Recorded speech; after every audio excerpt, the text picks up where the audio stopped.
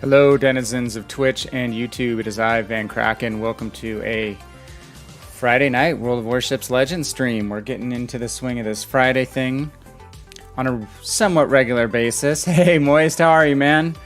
Just came back from, not your, well, it was your half of the country. Well, it was a while ago. I came back Sunday night, but happy to be back. Happy to get into kind of a normal Friday swing for this earlier shift, and then maybe one day during the weekend, we shall see. It's a 3-day weekend here in the US. It's our Labor Day. So hope you, Moist, and other folks have a day off coming up, maybe a 3-day weekend. We are actually closed our business on Monday. So we get to spend Monday, I think, doing housework and washing the dog and doing yard work. So if it's not work at work, it's work at home. But anyway, hope you guys are all doing well. Hey, Garrus and Spartacus, how are you? Greetings also from this end of the internet, from the internet and the YouTubes. I had a good trip to North Carolina from the Pacific Northwest here last week to see my brother get married in North Carolina and Raleigh. So if any of you are in that specific area, shout out to that area. It was fun. It was really hot, like 95 degrees and super humid. We were there right before Hurricane Ida swung through, which I guess didn't hit North Carolina, but man, did quite a job on the Gulf Coast. I hope you didn't get any of that moist in Pensacola, and then obviously the northeast of the country in the U.S. right now. If you had any effect from that, feel very much thinking about you guys and hoping didn't have any property damage or any harmed loved ones. It's a scary thing. Flash flooding. I've been through a lot of forest fires growing up. I'm living in Southern California, and ones that came very close to my house several times, like having the car packed up. So understand kind of the force of nature thing and how scary it can be. And man, once in a non-recorded period of time with regard to the rainfall in the Northeast, just insane. But anyway, I am VannKraken. I think most of you guys have seen me before. We are going to do World of Warships, as I said, tonight. I was watching Mr. Gibbons, who's a longtime World of Warships PC streamer. Watched him for quite a while today while I was doing my work. And he streams World of Warships for about half the day now, and he branches out into other things, given that he's no longer a community contributor on the PC side of the program. So watched him play Mech Warrior online for about 3 hours today, which was interesting enough for me to download. It's like a first-person shooter, but with, battle robots, the old BattleTech style robots, and actually looks like a first-person shooter that I might enjoy since you have a little bit of armor, and you can get headshot, but not necessarily immediately like you can when you're in a first-person shooter soldier game. So did download that. I guess it's a 5 or 6 year old game, kind of like World of Warships PC, but almost died and had a comeback during the pandemic. They tried to change up monetization to make it a lot less microtransaction heavy, and they've actually put a council of players in charge of the development direction of the game. So kind of an interesting story, the opposite of what's happening with World of Warships PC, where it's getting more and more monetized, and they're backing away from taking much, if any, direct player feedback. So we on the Legends side here are somewhat protected from that.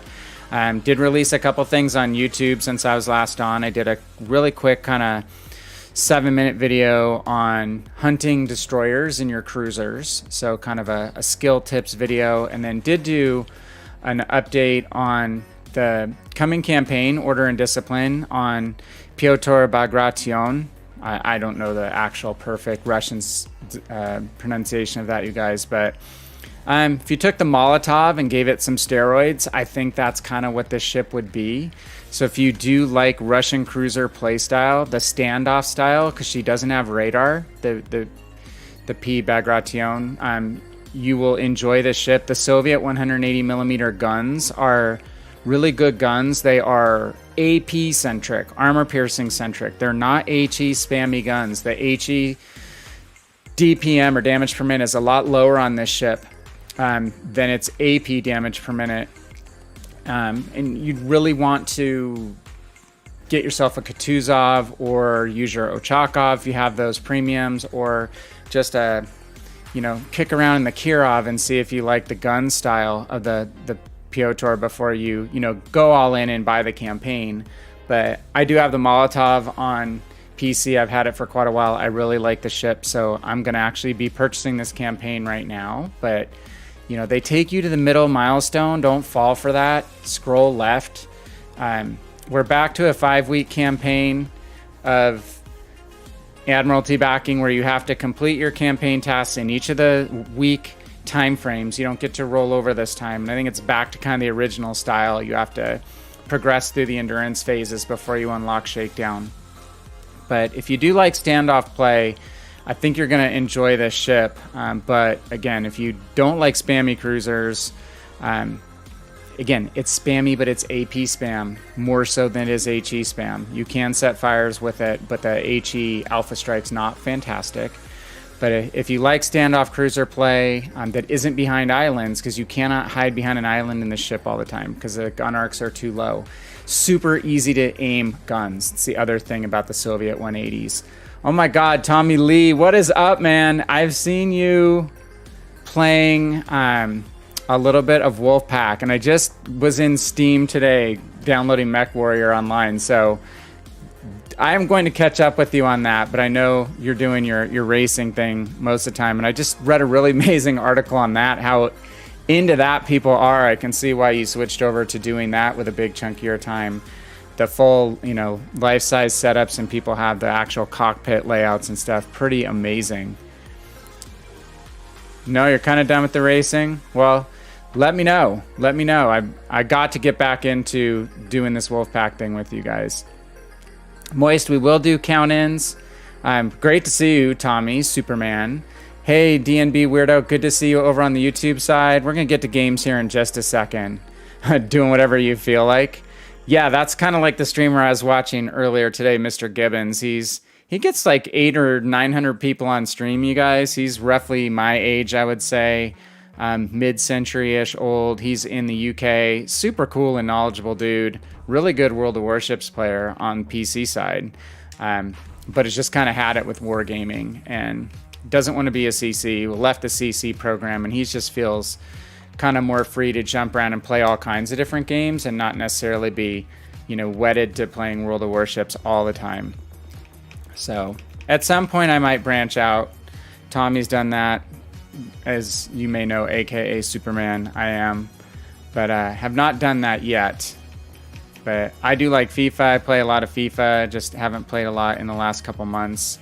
And then again, I'm try to turn over a couple new leaves, at least on my own time, to play some different stuff. So, hey, over the last few weeks, we've made a ton of progress on the stuff we're grinding. So on the US side, I have the flag up on my stream cover sheet. On the YouTube side, we got to North Carolina.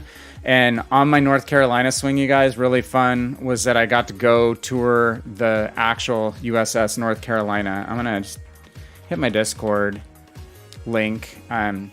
Shoot, that's not going to pop up on the YouTube side, you guys. It's going to pop up on the Twitch side. But anywho, if you have a chance to go to Wilmington, North Carolina, you should take a tour of the ship. I didn't take an actual tour. I got there at 8 a.m. in the morning when there was freaking nobody there last Friday morning, a week ago.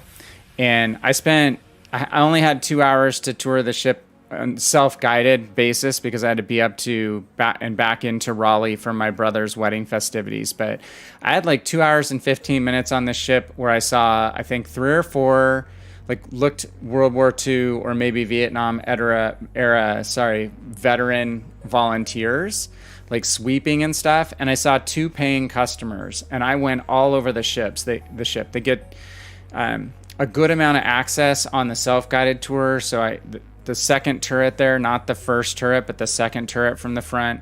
Actually get to go inside that turret. You get to go into the bridge. You get to go into the fire control area. You get to go into a 5-inch turret. You get to go below decks into all the galley area and the engine room, and the fire control area is actually below deck where they had all the fire control computers.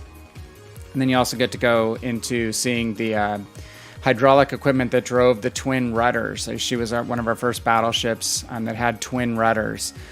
Super amazing and fun tour. I took a ton of pictures, snapped a bunch of pictures of the placards and stuff. So maybe I'll put something together at some point briefly on YouTube that kind of walks through the different parts of the ship. But it was insanely cool. If you have a chance, go to a museum ship. And we'll just take North Carolina out while we're gearing up here. I would highly recommend it.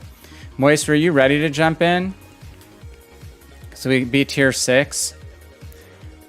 Yeah, Tommy, that North Carolina tour, so cool. Again, for me, it wasn't with a guided basis. It was the follow the yellow arrows self-guided. But they have so much great signage and background information. And it's not just technical information. They include a ton about the crew's reminiscences and letters home and all that kind of stuff. I found it fascinating and amazing. And I've been on the New Jersey. That's the only other museum ship I've been on when it was stationed in California in Long Beach. And just knew I was going to Raleigh, so went out a day early and just bombed, 4-hour drive for 2 hours of time at the ship. But it was completely 100% worth it. Oh, you have family just south of Raleigh. Okay, cool. Yeah, very well kept up. Oh, moisture. Yeah, you Pensacola, you're close to Alabama.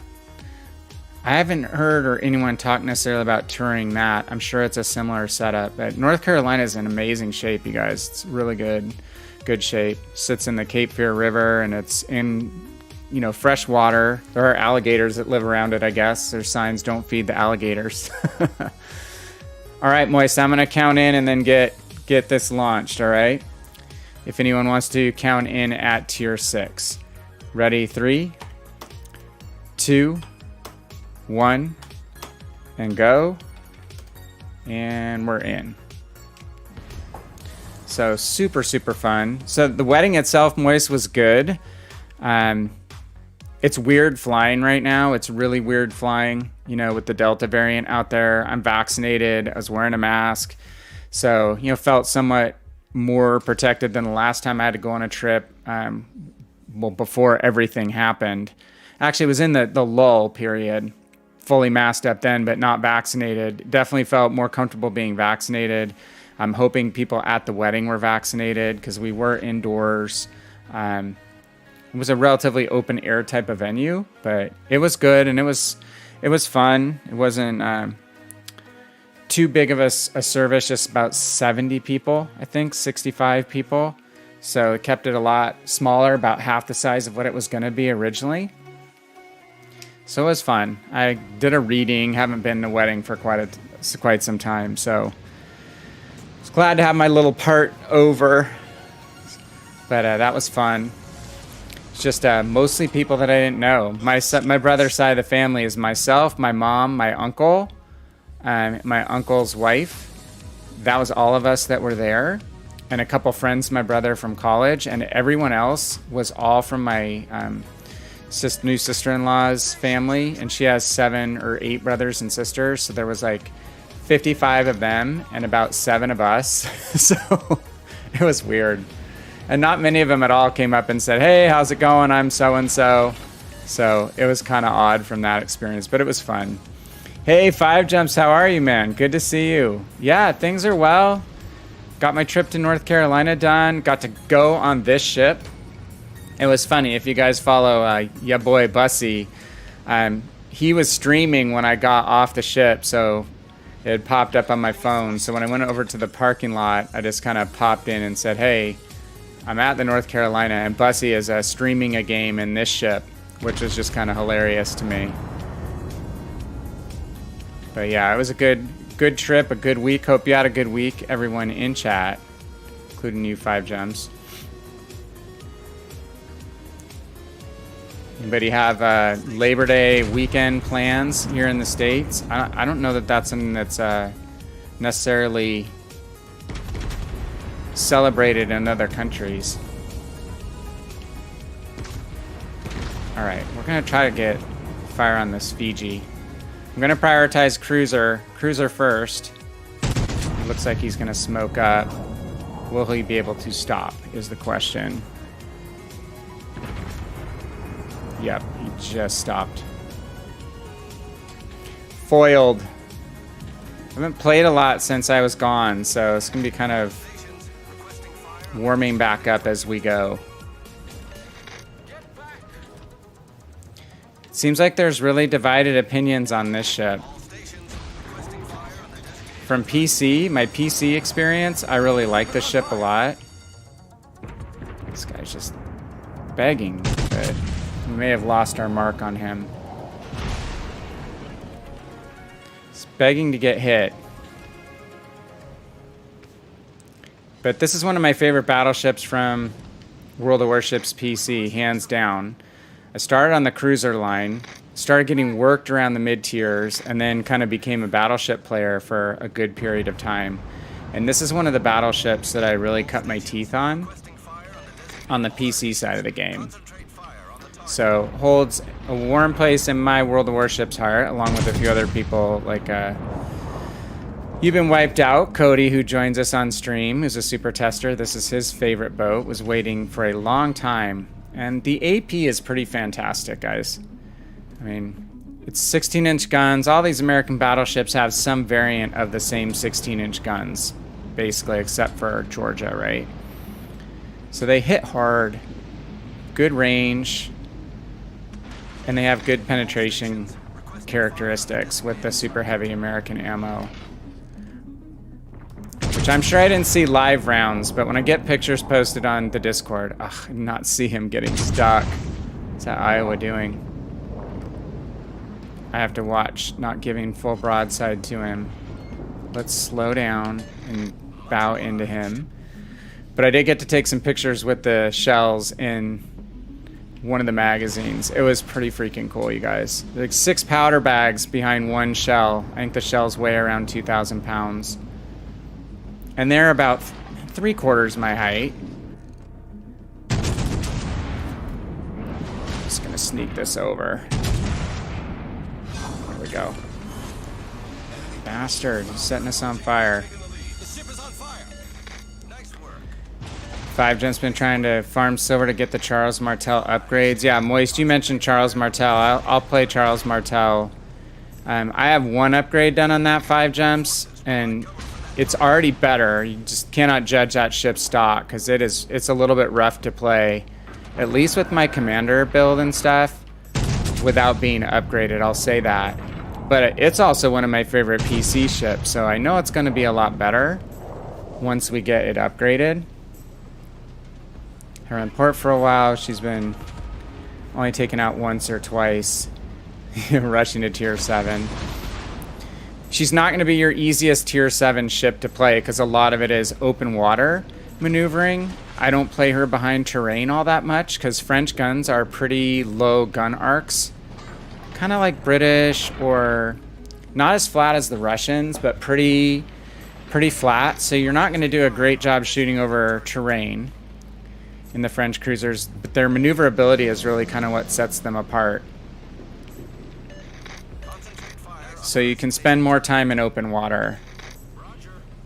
Am I getting Stalingrad? That is a question, right? I think I'll be interested to see who buys it immediately. I know there's going to be some people who have 2 million free XP, because I had 1.5 million and I spent 750 to get the YOLO Emilio. So I'm thinking about it, but you know, I don't want to get a ship just to get it. It's actually a ship that I don't have on PC, so that kind of makes it a little more attractive. And it was a ship that you got through Steel, I believe, on PC, and you had to play a ton of clan battles to get it. And I wasn't in a clan and didn't do clan battles, so there was no way I was going to earn the special currency to get Stalingrad. I know it was pretty OP. So, and I don't know exactly how well it holds up against Petropavlovsk, which is the tier 10 heavy cruiser that kind of replaced it. Well, not replaced it, but was created when they branched lines on the Soviet ship. So Petro might be more popular than Stalingrad anyway, and is a tech tree ship on PC.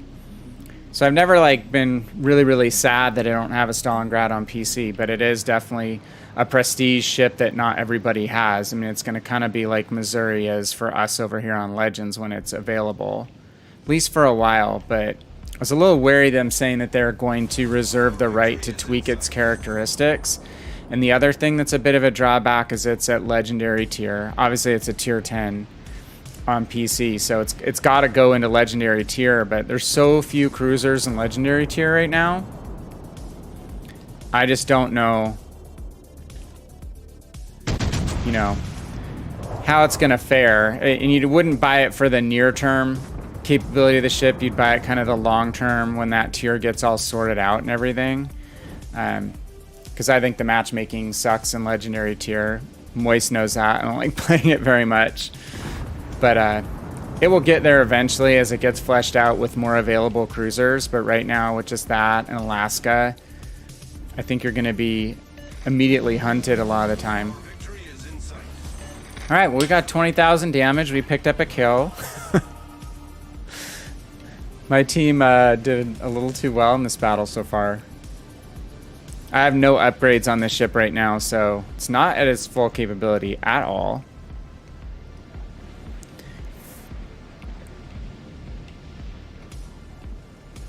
Don't forget about Dark Architect. I don't know exactly which aspect you're talking about, Moist, with regard to Dark. Oh, Super Tester, is that what I said? Yeah, Dark is a Super Tester too, and visits us on stream pretty regularly. 5 Gems watched a few videos putting time into the Algery for preparation. It's fun to be a tad selfish and force the battleship to tank. I like Algery a lot. I know not everyone does. A lot of people think that Algery is a crappy ship, and it's not if it's played to its strengths. Again, open water kiting, maneuverability, and open water kiting isn't about, you know, hitting battleships that are completely aware of what you're doing.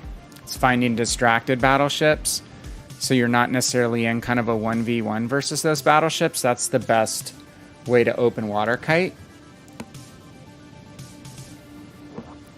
If you have an island hiding ship, you can just use your terrain to save your butt. You don't have that option so much in the open water kiting ships. We should be able to penetrate Hood's armor with these shells. Ah, we're short. But yeah, Algeria is a good prep ship for it.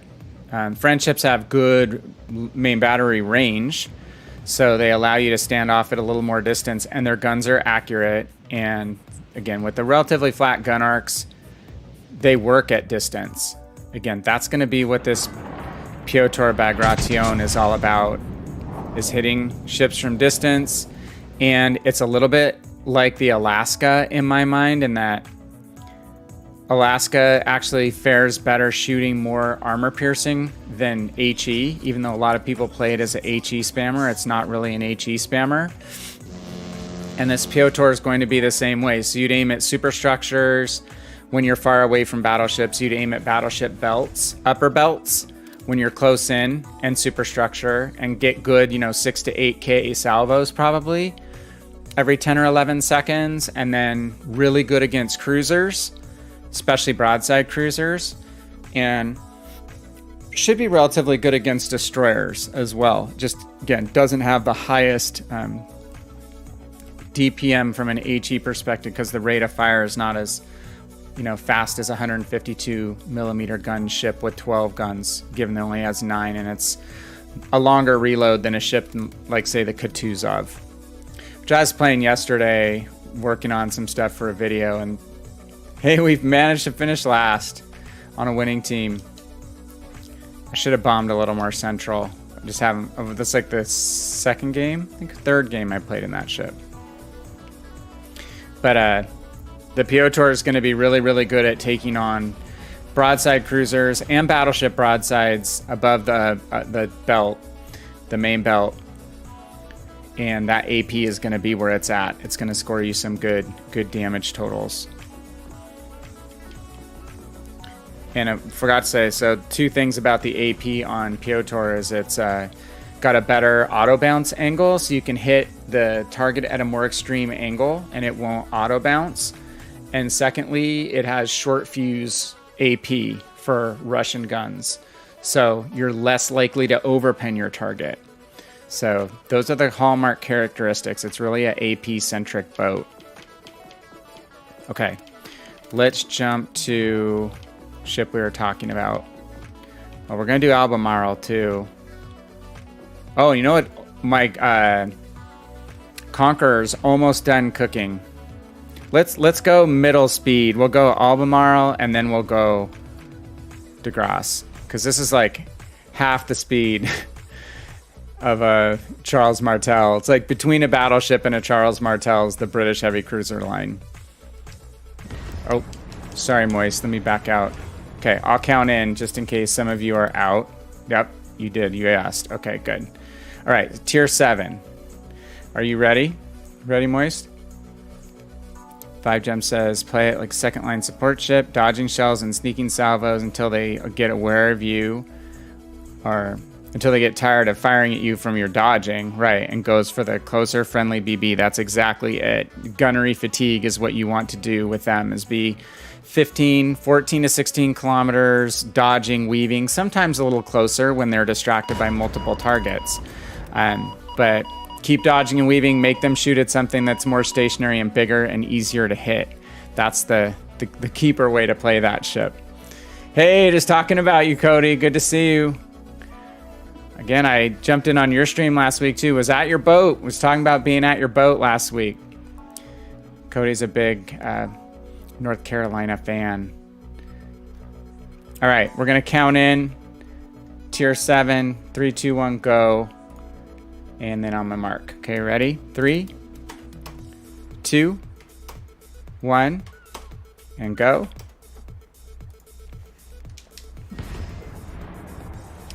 So yeah, good to see you. You've been wiped out. Our residents, one of our resident super testers. Haven't seen you for a while. Hope you're doing well, man. Hope everything is still fun and going well in Texas land.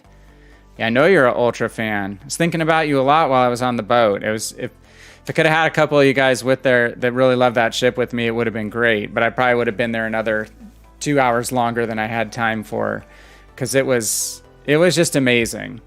And going first thing in the morning and literally having no one there. I saw one couple. That was it in the entire time that I was on the ship. So on a hotter day, later in the day with a crowd, like getting in now the turrets, getting in now the bridge area, the under decks areas like the engine room and stuff. Some of the things are dead ends or tight spaces. It would have been a lot harder with people in the way, and it was awesome having no one there. I was just jamming through everything and got to see everything. And I took a ton of pictures, of which I posted a couple on my Discord, but I'll start posting some more.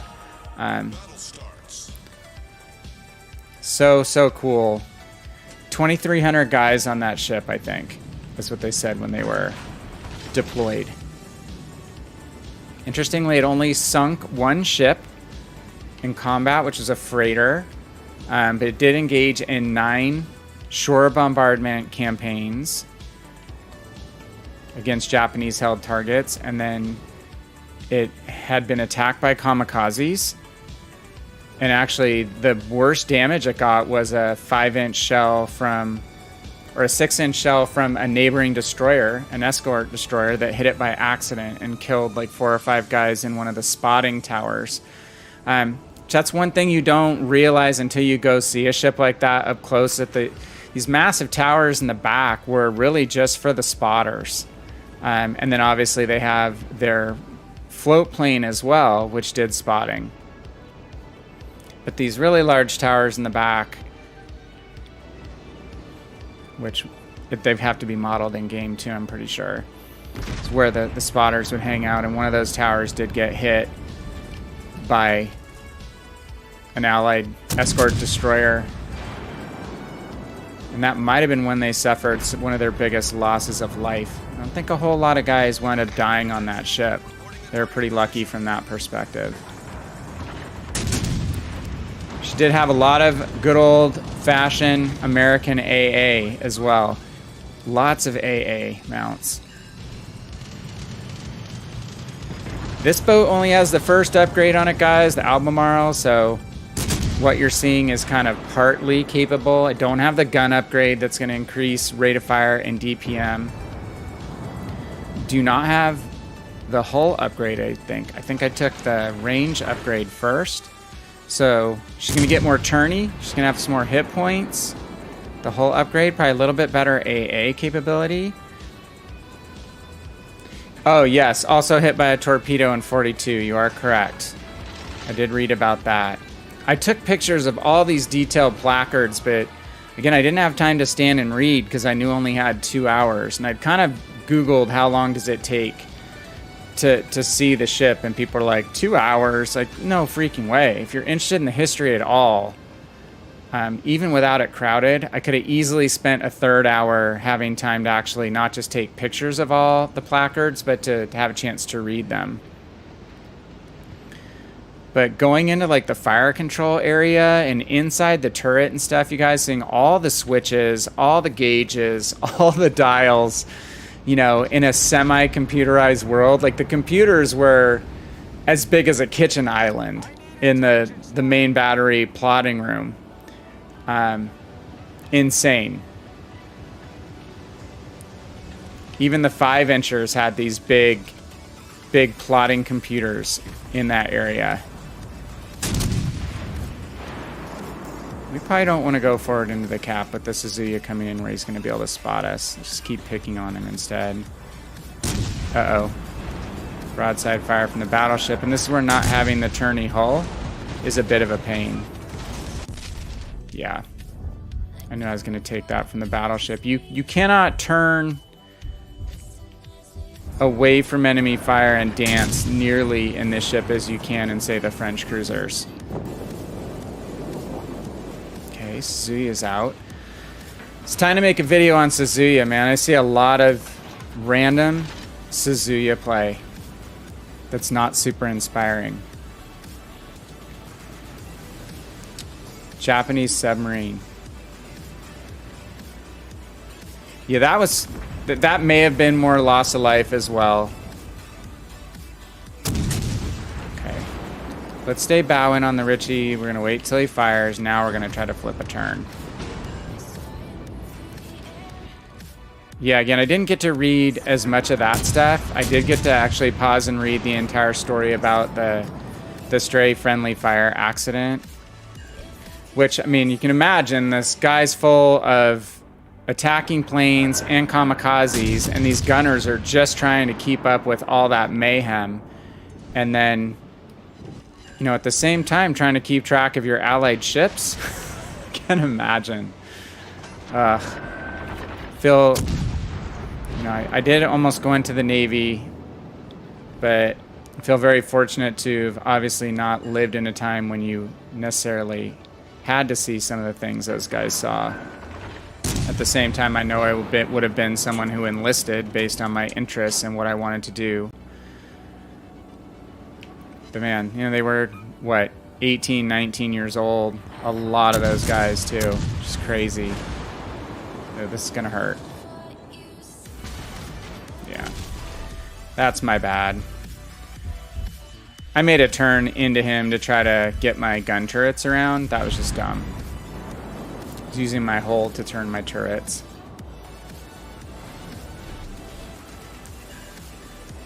Five gems, same thing happened to you on the Midway. Spend 3 to 4 hours there and not nearly enough. Yeah, I'm not surprised. It's just everything was extremely well documented. And again, I was really surprised how many areas you could access. So that was the cool thing. There are some off kind of public areas that you get to explore when you're with a full tour group, I think, with a guided tour. But man, still got to see so much cool stuff. No complaints. Damn, why isn't he shooting at anybody else? Thought for sure he probably wasn't loaded because he might have actually been shooting at another ship. Take that! Ah, that was weird. We didn't get the destroyed noise because I was getting the heartbeat sound. I have you now. We'll play that late. That is weird. That is one of the few times I remember that happening. So Cody wiped out. So you're in Texas. Are you anywhere near the Texas?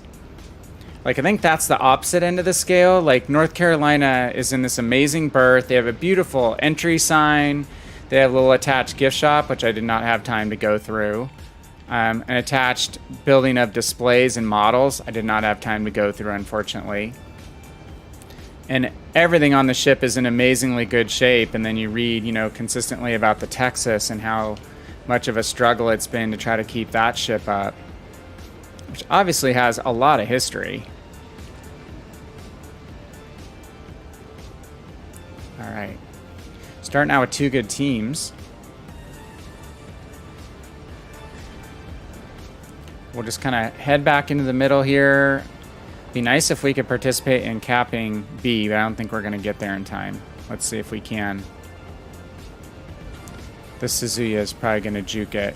I love getting caps when I'm grinding ships for experience points, ships of the line, because, or my goals, because it's just a great XP boost. You get a lot of experience points for capping. So, especially in games where you're not getting a ton of kills, if you're getting caps, it's often just as good. Hello, Mr. Atlanta. I was playing this game. I played like 3 or 4 games in a row in Kutuzov yesterday, which I have not played in quite a long time. And in one of them, this Atlanta popped out from around an island like 6 kilometers away from me. And then I dodged his torpedoes and then just... he was broadsiding me and just wasted him with AP, actually. And the 152 millimeter AP did a good job of getting Citadel hits, not just overpens.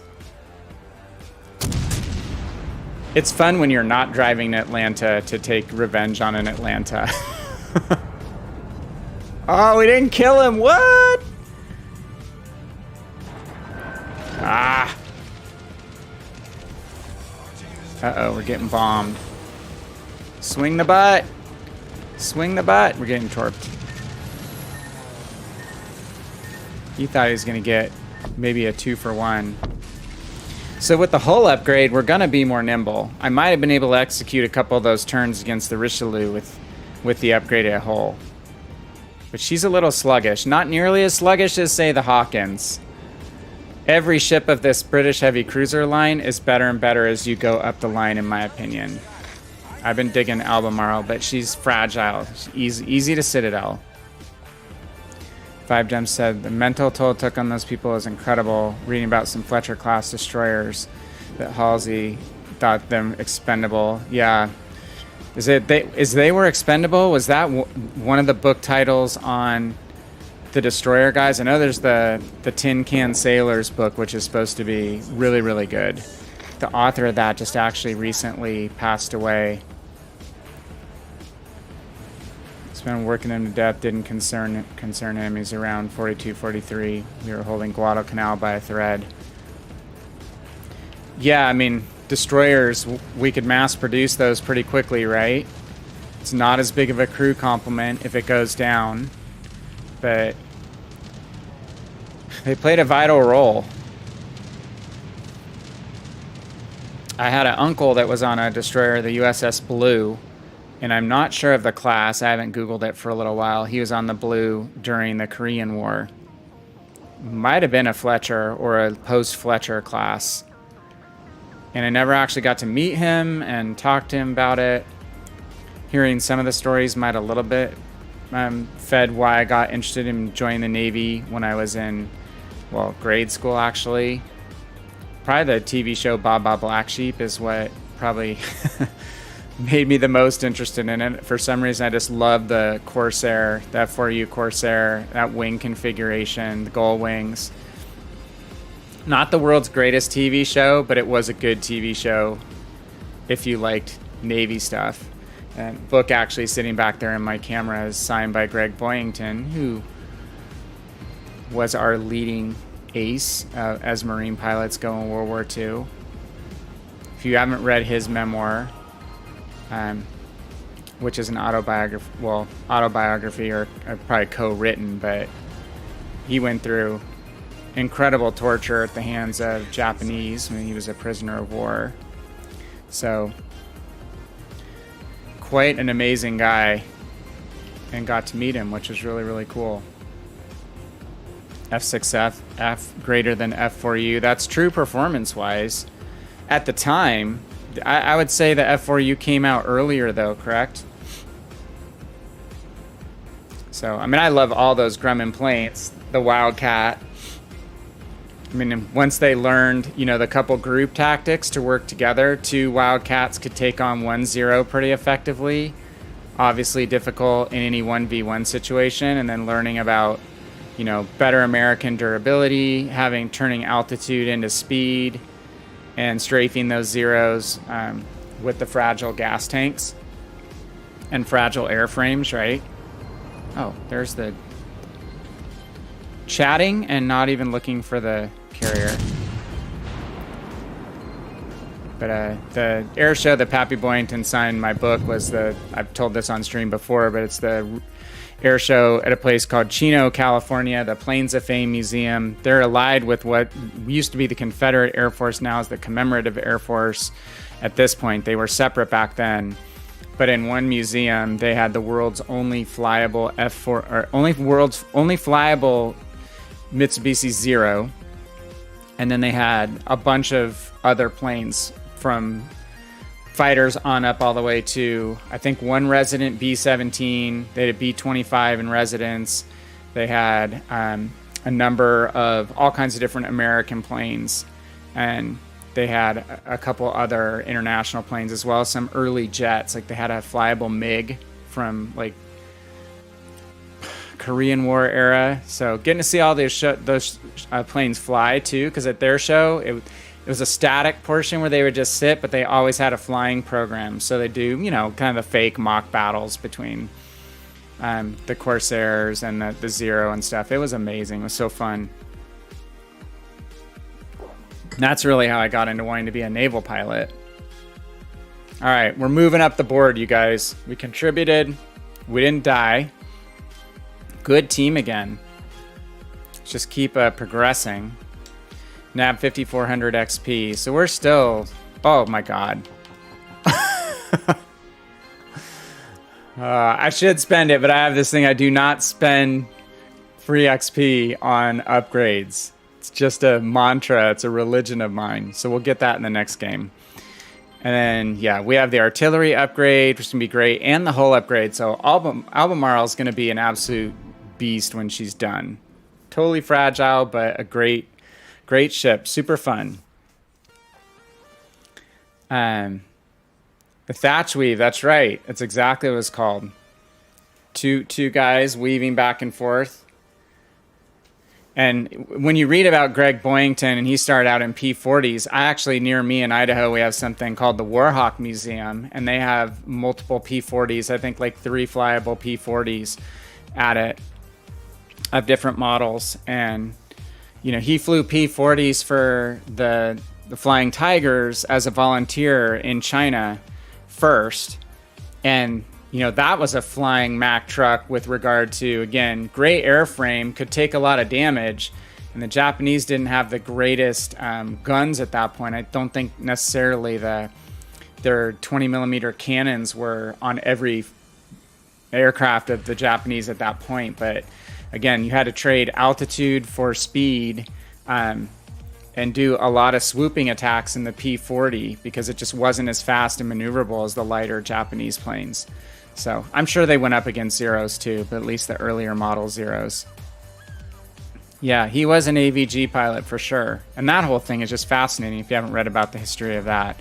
The guys that volunteered. Kind of like, what was it, the Eagle Squadron during World War I that went over? Like Eddie Rickenbacker and Rickenbacker, thinking. The guys that went over and volunteered ahead of U.S. involvement in World War I. Same kind of deal. Yeah, AVG. Great logo. Great Flying Tiger logo. Chino is awesome. The show is awesome. The town is like, well, I don't know what it's like now. I haven't been there for quite a long time, but it was cow pastures except for the airport. Had this very famous fly-in cafe called Flo's Cafe that people from all over the Southwest, actually. Like, people would fly in from Arizona and other places for the day just to come eat. I believe it was biscuits and gravy at Flo's Cafe. So they'd fly in, check out the Planes of Fame Museum, and then fly back out. A cool show. If you ever happen to be in that area, catch the Planes of Fame Museum in Chino, California. VI-VII said that Navy disliked the Corsair because it was harder to land on carriers. Yeah, a little less stable at slow speeds, possibly. The British passed on the curving landing approach. Corsair was a favorite, which helped it go on into Korea. Yeah, the Corsair had legs. I mean, it lasted longer. And then Cody's Hellcat had transitioned to what, the F8F Bearcat, I want to say, by that point. Let's stay tier 7, Moist. We're going to move to the Martel. And I did recently get this fully upgraded, so I know you like tier 7. So yeah, the other really cool air show that I got to go to that wasn't just an air show was the Reno Air Races in Reno, Nevada. Went to that twice with a friend of my mom's who was probably in his mid-20s, but he and his dad had restored a 1946 Taylorcraft fabric-covered airplane to mint condition. And I was interested in becoming a pilot and kind of never actually got through my training or anything like that, but flew a lot with this guy who was my friend Brad. Let's do our count in, okay? We're going to count in with Moist. Hopefully you're ready on tier 7. Get ready here. Ready, 3, 2, 1, and go. Charles Martel. So we flew to that twice and then basically camped in a tent at the airfield where they have the air races. And then they have all kinds of different classes. So they've got everything from small, like home-built planes to the Formula Ones to, biplanes, and then the crazy class at the end are the Unlimiteds, and they're almost all warbirds from World War II that have been restored and modified. So they've chopped the wings way off, they put in bigger engines, sometimes change the actual fuselage and airframe a little bit, counter-rotating props on some of them, crazy. Land of Fire, Moist. So that was really, really fun to watch. And a couple planes from the Chino Museum. One called Strega, which is really well known, which may have crashed later. The pilot was Steve Hinton. He was the pilot that I remember.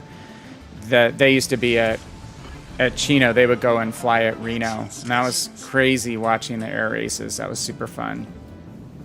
I see that Red Bull sponsors some that are on ESPN or something like that every once in a while.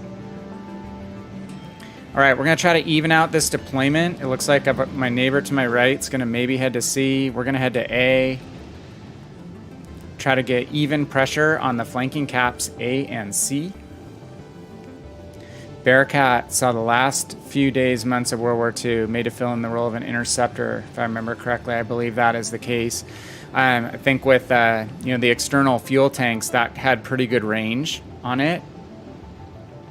As obviously, the later P-51s and P-38s in Europe with their extended range detachable fuel tanks obviously made a huge difference on being able to accompany those raids much further into Germany, right? So what a huge upgrade on this boat was getting the range upgrade, because with my commander build, it was not very good on stock. And look at that, we just whapped that York from 15.5. He didn't turn much. Asthma. Okay, we set the York on fire. Gonna switch to AP on the Asthma. Shoot. I probably should have stayed with that York. He's low health. Seriously? Ooh, that Asthma just took it in the shorts. Man, I thought they would buff that boat. Thought they might. Only a mother could love. Okay, we're steering into the Synop intentionally here. Just try to make his aiming a little more difficult. Get behind the island here. Okay, we're gonna use our speed boost too. Screw it. Engine boost activated. Okay, Asma's out. Let's get out of here with this speed boost activated. Let's see if we can torpedo either of these dudes. No, not yet. There's the York.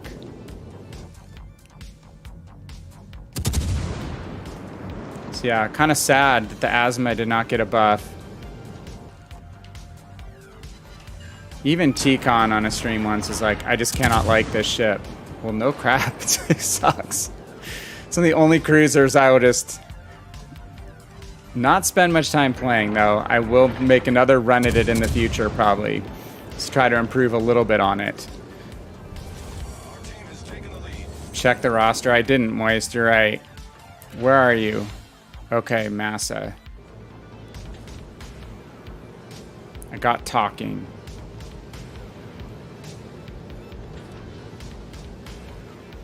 Okay, looks like we're doing good at A. Let's go support B or maybe try to grab B. We do not have the best concealment. 13 kilometers because I took, I think, double rudder on this ship to make it more maneuverable.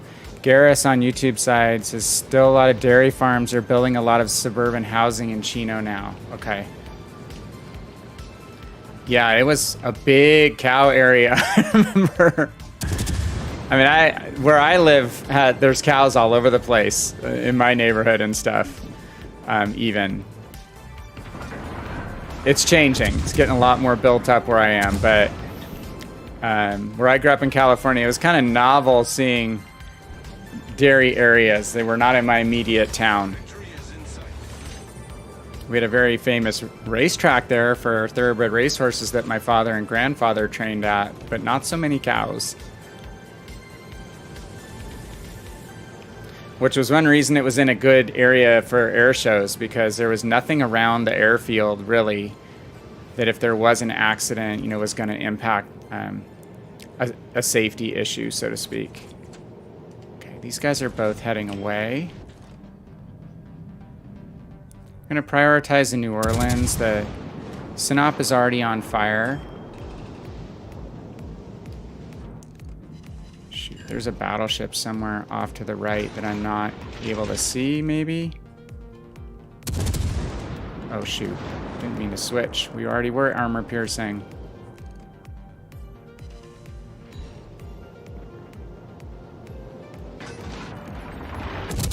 And there you go with the low gun arcs. Not able to sneak over that mountain. There's the battleship. Engine boost deactivated. Good God, man. My teams are killing it. Oh, that other Heidi battleship is a player known as Moist Dumplings. Don't look at your monitor. I'm giving you a chance to hit me, man. Take advantage. Scoot behind this island. Uh-oh, got you on fire. Yeah, I spent a lot of days in my youth going to air shows. We used to go to the Chino air show. I went to the Reno one, like I said, multiple times. We had Top Gun near us, Miramar, which it sounds like Top Gun is a little bit delayed, the sequel. But we would go to that show every year.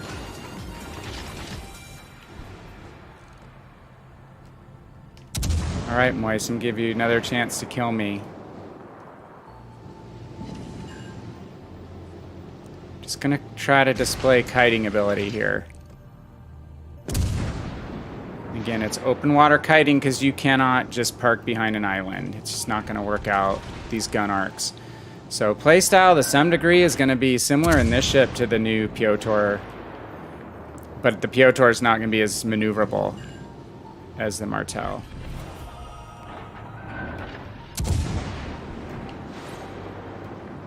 Probably a little bit higher rate of fire, though. These 180s are a little smaller. No, dude.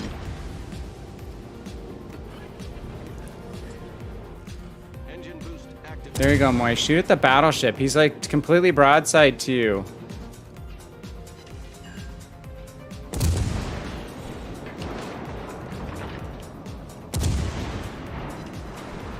Let's see if we can get another fire. Setting friends on fire. That's what we do here. Hey, he switched. Thank you.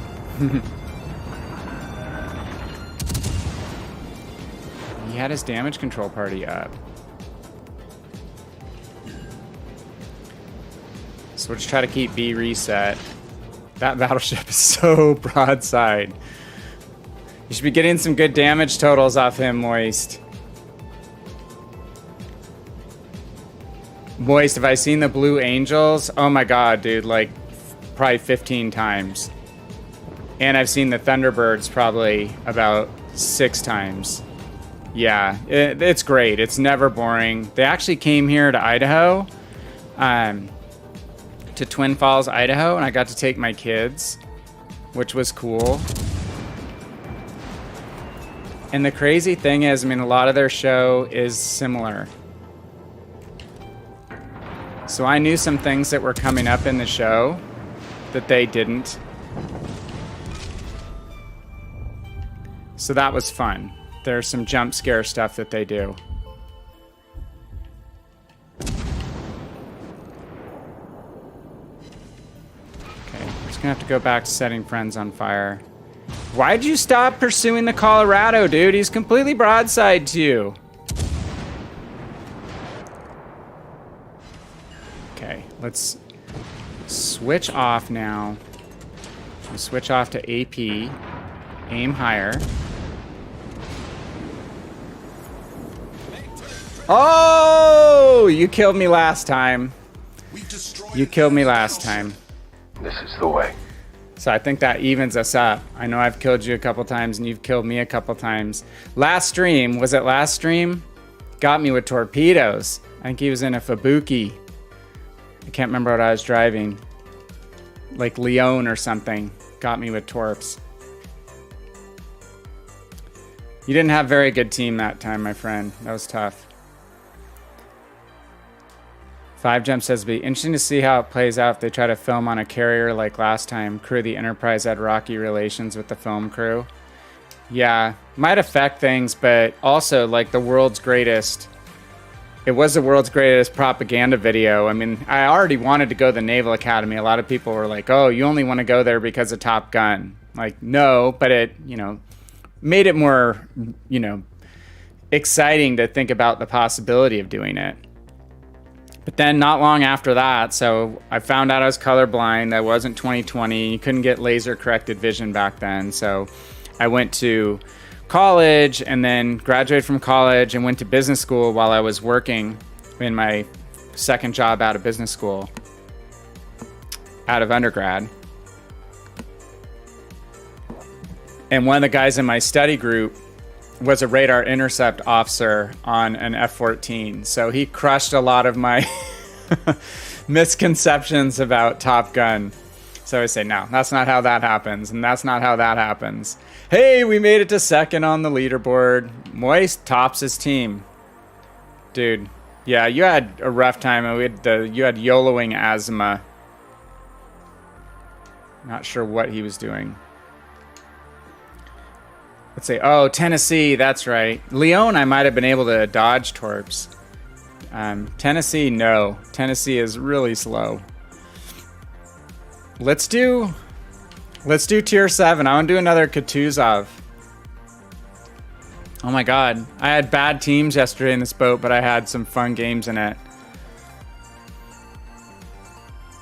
Okay, sticking at tier 7. Admiral Kutuzov. Captained by my favorite bearded commander, Stepan Makarov. Give me a hint when you're ready. So yeah, 5Jumps. I mean, I agree. Like the Navy's not going to be stoked if it's a hard process, but at the same time, as long as they're respectful, you know, not bashing the Navy, which I can't imagine they're going to be doing in any way, shape, or form in Top Gun 2.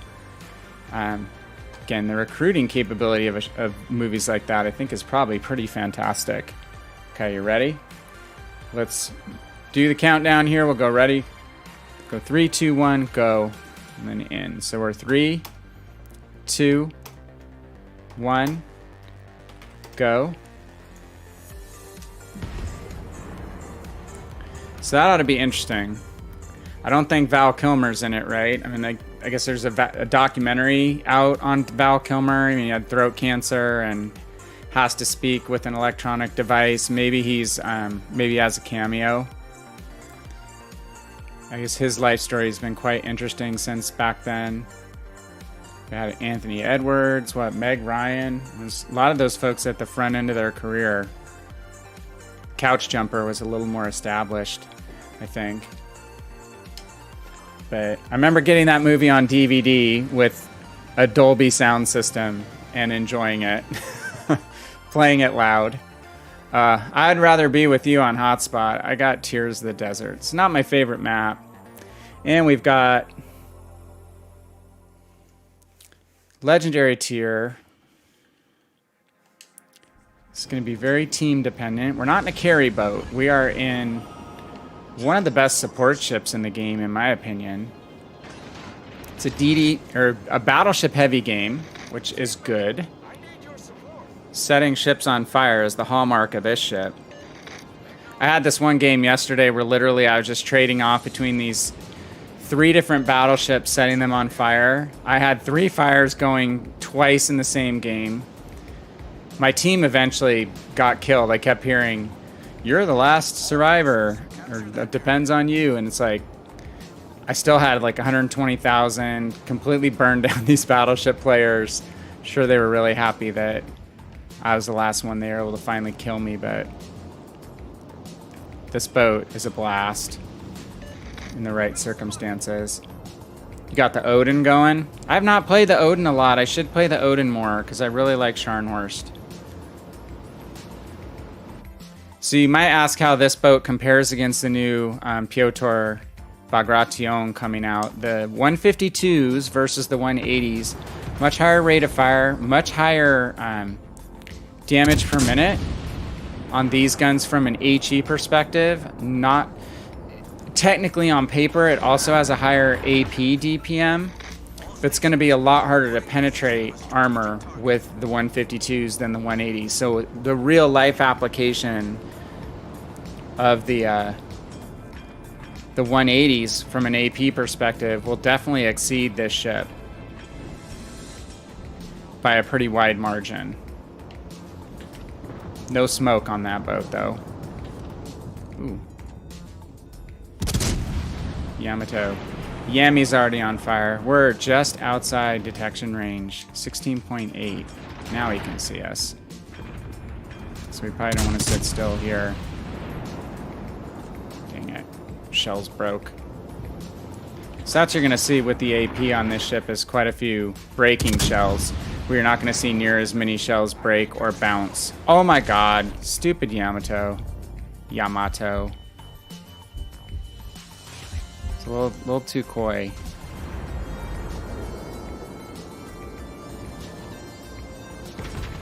Okay.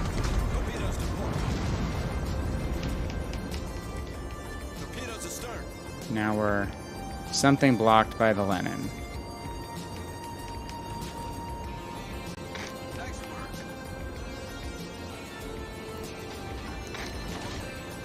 Why he came in so close. Okay.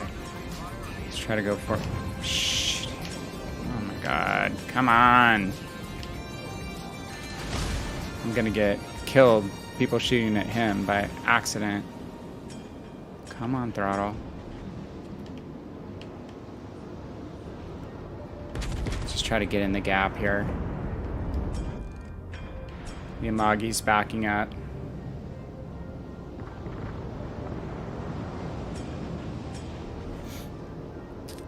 Odin because of the hydro. Not a bad plan. The campiness of tier 7 also. Same as tier 10 on PC.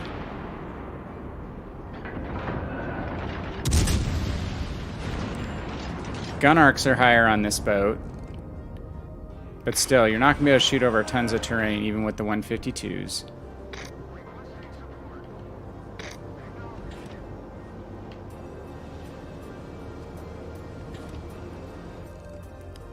Just not able to get up and down. Oh my god, Lennon.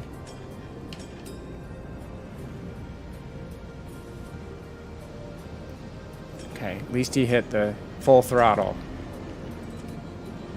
Alright, let's loop around. I'm just going to go around the island. Yeah, we need to push. We have a huge numerical advantage at this cap. Wichita must be... Yeah, he's facing straight into us.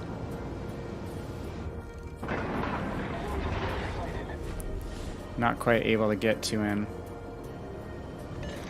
Concentrate fire on the designated target. I'm gonna hold just because the Udachi will detect me, and I don't want to get spanked by the Amagi. Damn it. Should have held. Oh crap. Okay, we're just gonna smoke up here. Get some fire on the Bismarck. I've got 3 smoke charges. I might as well use one.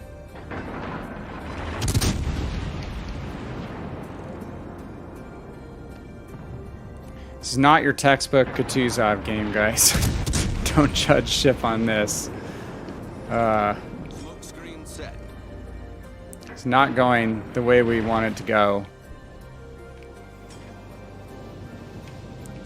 We do have ships out in front of us. We have to be super careful after that blunder with the Yamato. And it would have been better to use my smoke with ships coming into my position, not going away or going behind an island.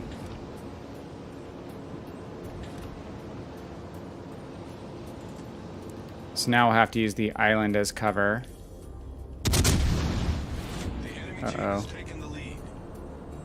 Torps incoming. Torpedoes direct front. Okay.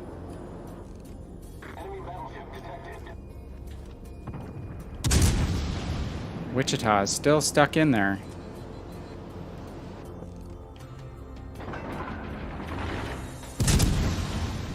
So if we can do a little bit of something here. Our team probably tried to push at A cap without having numbers. It looks like they just got wiped out.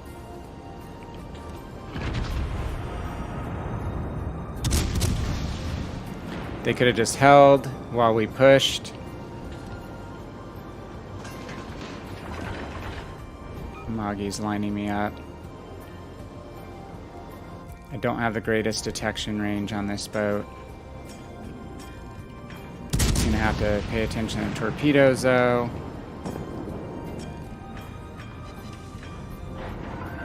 He's likely to kill us. Hopefully the torpedoes will get him. Torpedoes direct front. We're most likely dead. Yeah. Damn it. Not well played. Our team's melting anyway. Ugh. I almost have Conqueror, Moist. That was not how to play Kutuzov. Definitely a much stronger ship versus Tier 7 versus Legendary Tier is tougher for sure.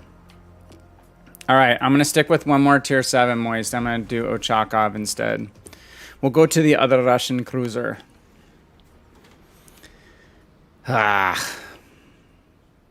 Even if we had lived, it wasn't going to make a difference in that game. Just didn't start out well. Ready for the new wave of Transformers. You know, I don't know if I have, maybe I have one Transformer Commander. I don't spend any money on that kind of stuff. If I get them free from crates, that's great. I'm gonna go ahead and count in, Moist. You're probably still in a game, right? I mean, it's great to have the commanders with different combinations of skills, don't get me wrong, but I kind of like the World War II era the most by far with regard to how this game works and visually works. So I have no qualms about other people enjoying their anime or enjoying their Transformers or Kaiju. Okay, we'll count in.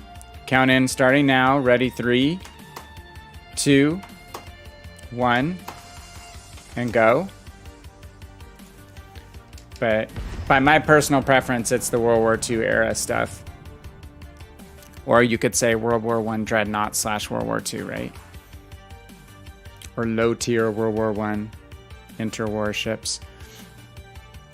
So I haven't really done a full, you know, look at the new commanders to see what's coming. I'm sure there'll be some interesting combinations. Instant anchor. It's kind of what I was in that game. God.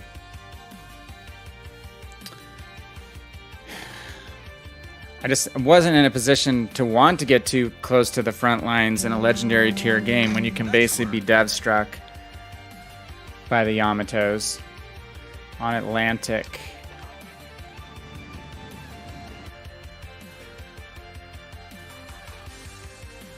You've been shooped, not you've been wiped out, unless that's a different account of Cody's.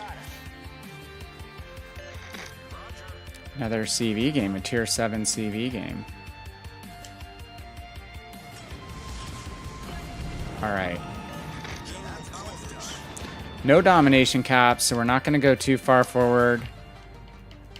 But there's not a lot of DDs in this game, so I'm going to try to get a little closer to a little bit of spotting. But this ship has 11.9 detectability, so I'm not going to get too close.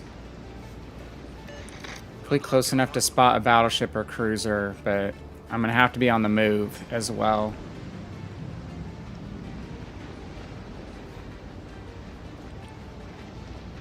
Looks like the plane the carrier might be spotting our side of the map. That's the benefit of spawning on the same side as the CV. A lot of times they tend to send their planes on that side of the map.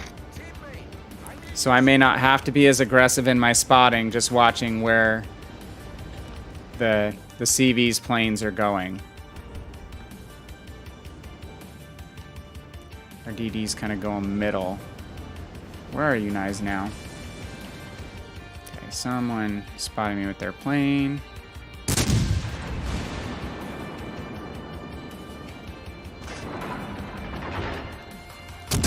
Chakov is not primarily an HE spammer in my mind, though it does a good job of it based on the rate of fire. And these 152s, again, are good HE firing guns. She's very nimble, great kiter, but I prefer to play more in a danger zone of around, when I can, 10 to 12 kilometers away, just so I am in a position to use the radar. Her radar reach is about 11.7 kilometers, I believe. Oh my, Nye's now just getting smacked running broadside. And we got a fire. Is he damage controlled? Try to shoot the front of the ship, set the front zone on fire. Okay, good work, guys. Now we'll loop back in. We don't see where the DD is spotted yet for the enemy. Only one, which is kind of nice. Okay, well, where the torps are central, so he's in a middle position. Hello, North Carolina. We're low profile, so you can sometimes sneak even behind these low rocks here and not get detected in Ochakov. It's harder to do in a taller ship, where your detection goes off the midships, like off the highest mast, generally, I believe. Uh-oh. Be careful with the Wichita there. Put some fire on him to push him back.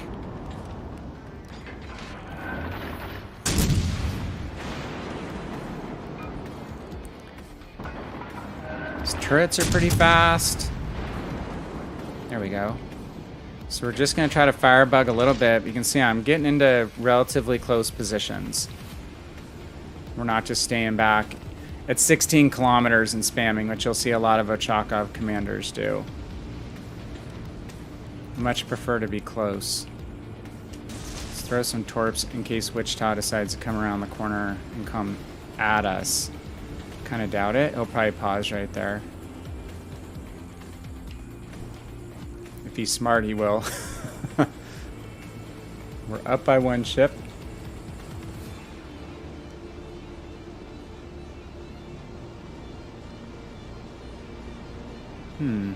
Whose torpedoes were those? Saw some yellow torpedoes.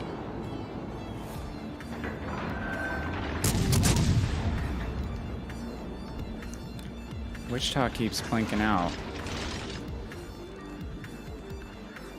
You can see the low gun angles on this ship. It's a little hard to shoot ships behind terrain. Oh, go Suzuya.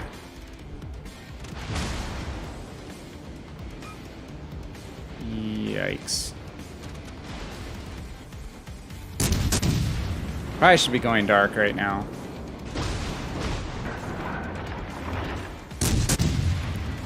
But take a little bit of risk here. If enemies are firing at you with armor-piercing rounds, especially battleships, you actually are not in a bad position being broadside in this ship, because a lot of armor-piercing rounds of higher caliber will go straight through the ship because it's a narrow hull. So similar to the Smolensk on PC, which is much beloved by battleship players. It's a crazy fire-spamming boat with a very hard-to-citadel hull. Some people kind of play this like a junior Smolensk, but Smolensk has smoke, so it's kind of a combination HE spammer, nimble cruiser. Shoot, I don't know if that North Carolina is teeing us up. Gonna try to keep turning. I don't want to show them too much broadside. Blinked out again.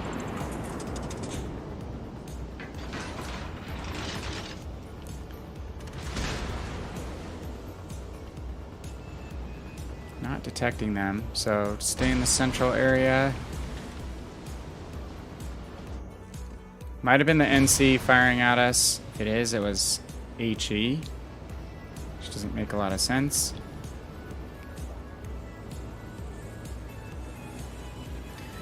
I have main battery range of 16.3. I don't use Kuznetsov in this ship because I like to have access to the Ingenious skill. So we're actually running my favorite bearded commander instead.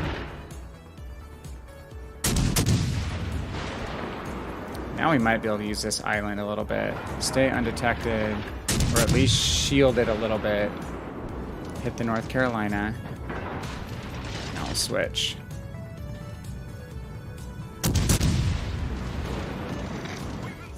Ooh, trying to torp us. Slow down, turn in. Now accelerate. Ugh. I'll dodge too.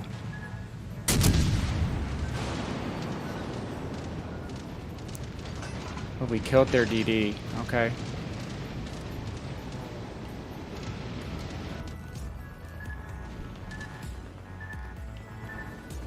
Not often you get attacked by the carrier with torpedo planes in this boat.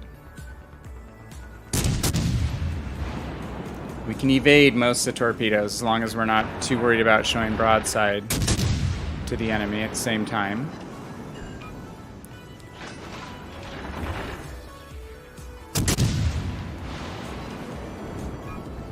See if we can get a fire on the North Carolina. There we go. Come on, RNG.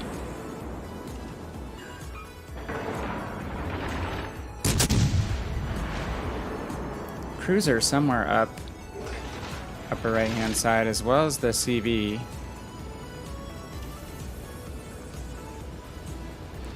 Go ahead and use one of my repair parties.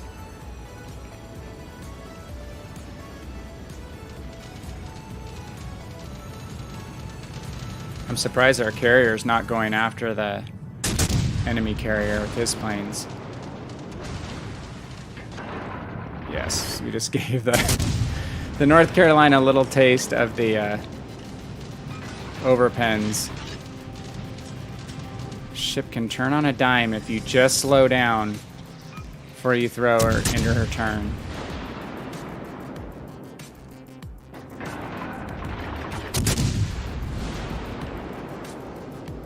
CV's parked back behind the island over here, most likely. There's a Suzuya. He does not have a lot of life left.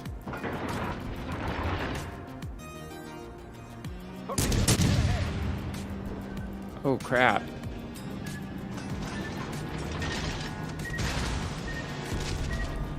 Dang. See, we had to show broadside to the battleship.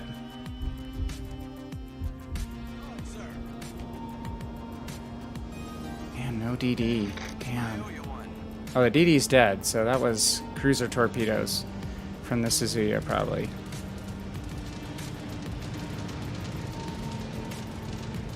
Thinking the CV's back in this corner.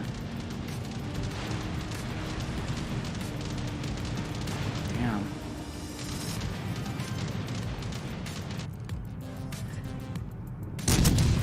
Never a dull moment in this ship, I will say. Yeah, I forgot the DD's already dead.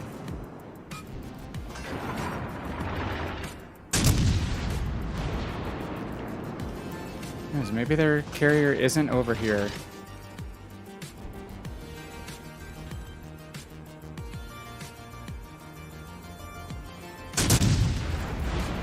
Okay, let's slip this gap in the islands here.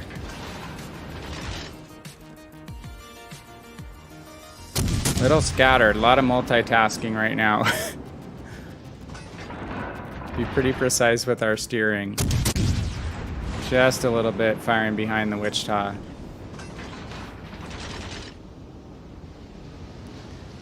Maybe this isn't where the planes have been coming from.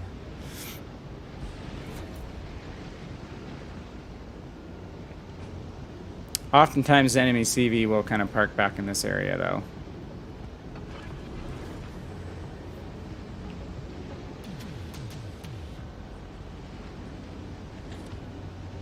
He's on the other side. Alright, never mind. Get some revenge on the North Carolina, maybe?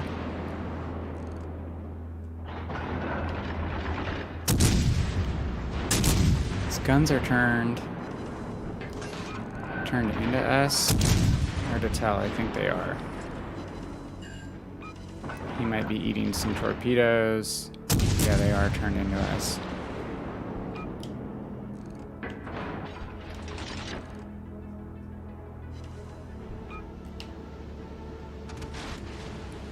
Threw his aim off a little.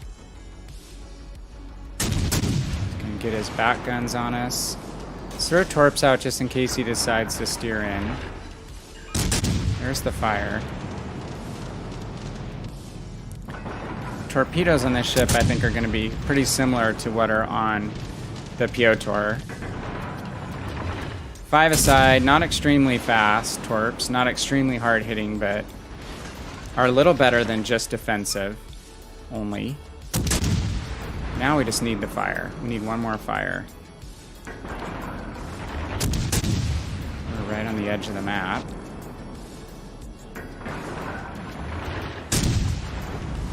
Come on. Ah, couldn't quite kill him. Lexington. Dumbest team in wargaming history. I saw some of those watching ranked games today on PC. With some really bad play. 9 aside, I think, or is it 7 aside? I think it might be 7 aside. And Mr. Gibbons' team died in like 3 minutes. Everybody but him. It was crazy. Okay, we'll have to keep an eye on his planes. He might be coming for us. Lexington's pretty fast.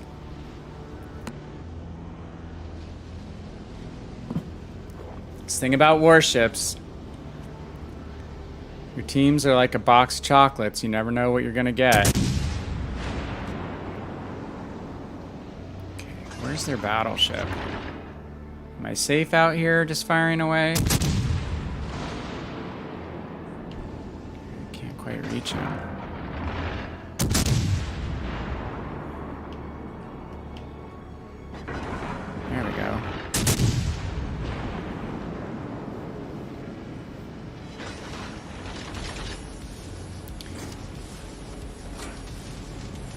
Need our carrier to get his planes back in the air. But I think the timer's going to run out.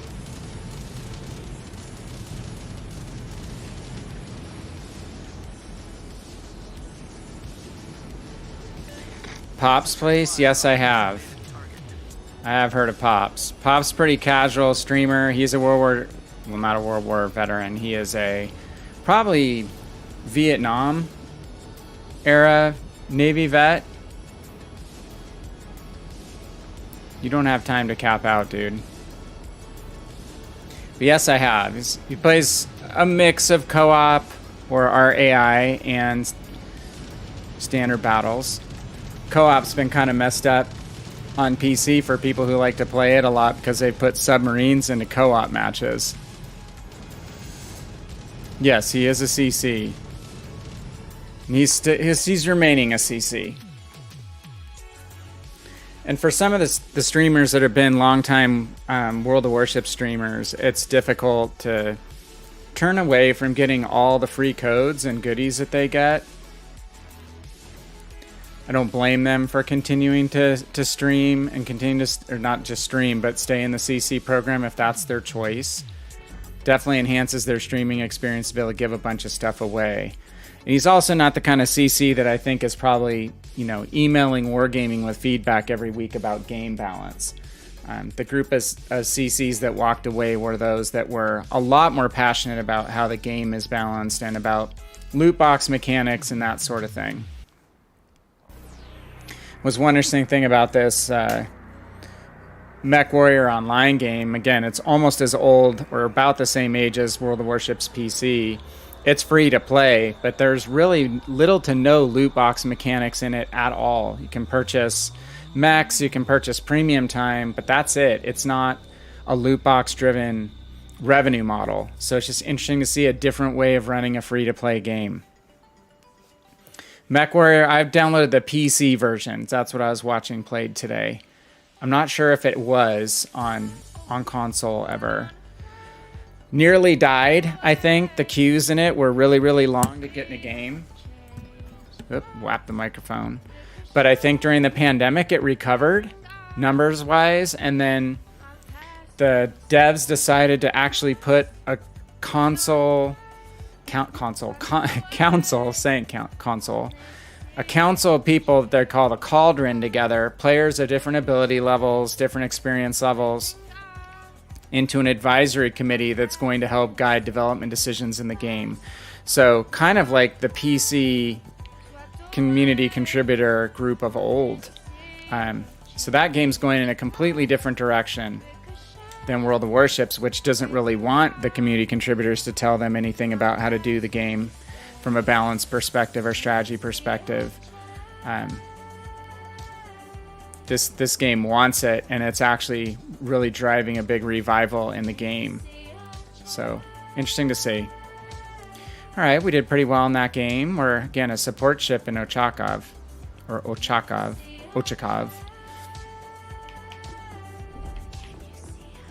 Dude, I'm going to do one more Kutuzov game.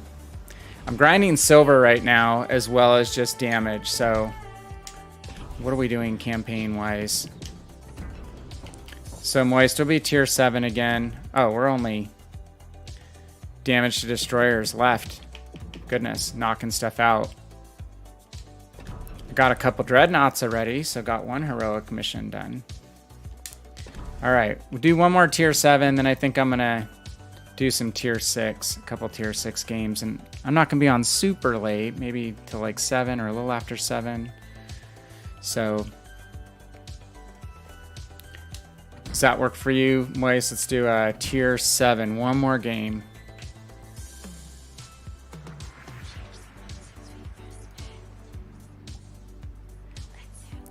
So when you are ready, we'll go ahead and do the countdown here in a couple seconds. Ready? 3, 2, 1, and go.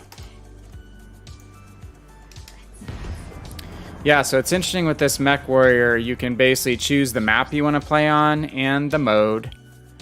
And then the real customization in the game comes down to the crazy amount of options you have on customizing the weaponry, the shields, engine, all the stuff on your mech, and they have a million models of mech, so different mechs. So that's what's interesting about that game, and I guess that's what nearly killed it. They were cranking out so many new lines of mechs to make money that they really screwed the game balance royally and had to backtrack and just say, we're going to go back, we're going to use this committee of players to help rebalance the entire game. Moist is on the other side. Georgia. All right, you're my natural enemy. Figuratively. Okay. I like this map for cruisers. We hardly ever wind up on the same team, Moist, unfortunately. So I'm not going to go past the islands that ring the two flanking areas. There's no reason to go any further, especially a ship like this that is detected relatively easily and is fragile, which you saw in the last game. Now I have to face someone else with 18-inch guns, albeit 3 less barrels. It's just funny, whenever we do count-ins, like, seems like 75% of the time, whoever I'm counting in with is on the other team. Hey Mikey, how are you?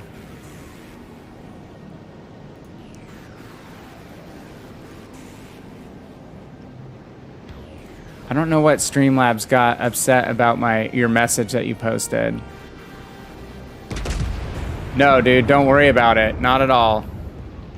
My bot is really hyper on language, so I have not fixed the whitelist. So no, not a worry. Thanks for stopping by again. Good to see you. Hope you had fun. I was at a wedding last week. So you said you were at a bachelor party?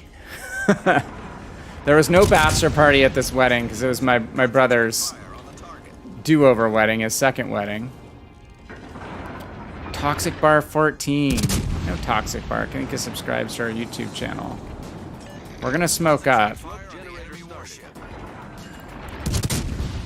Has to be him. There's only so many Toxic Barfs. We're going to use our smoke. Only problem with the Kutuzov is that it has a big smoke penalty. And we kind of need people to spot for us when we're in our smoke.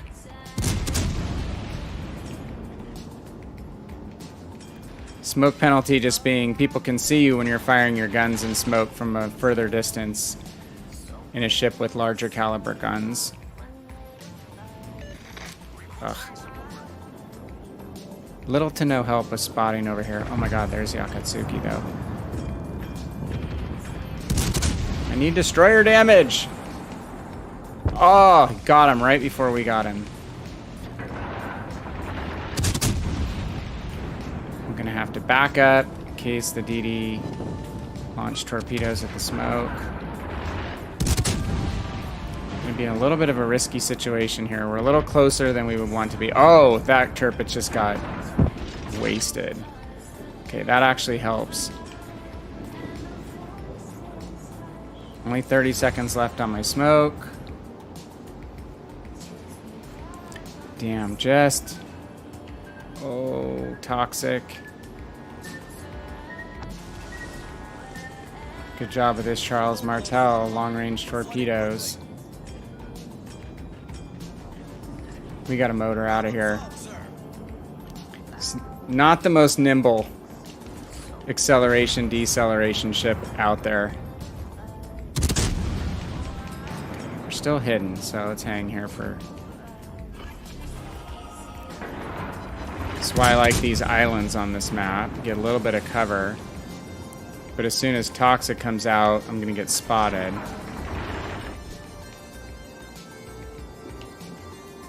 Call for focus fire on the Bama.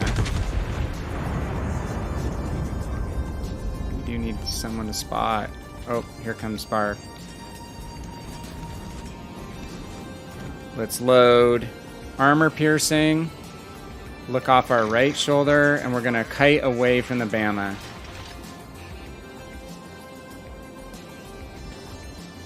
Unless he's gonna hang there. And let's fire some torpedoes just in case. Oh, he's headed away.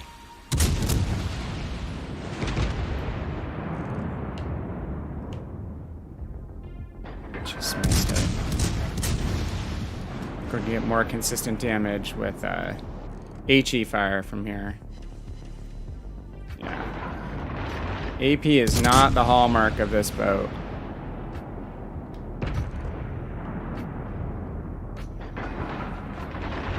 Come on. Some nights your aim is friendly to you, some nights it is not. Okay, he's going dark. Just quit firing, so we can't see him as easily. You know what?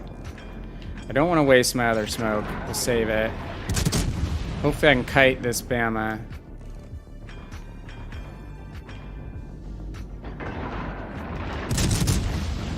Unleash the fire-starting capabilities of the Admiral Kutuzov. There we go. And there's toxic barfs, other set of torpedoes.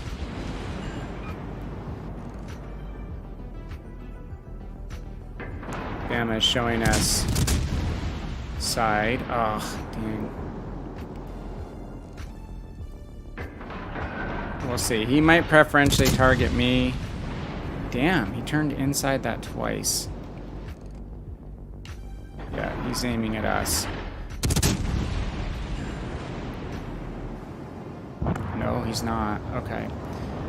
We're gonna have to smoke up now. I think the Bama is gonna be spotted by that other cruiser, so we're okay using our smoke. We're not gonna lose vision on the Bama.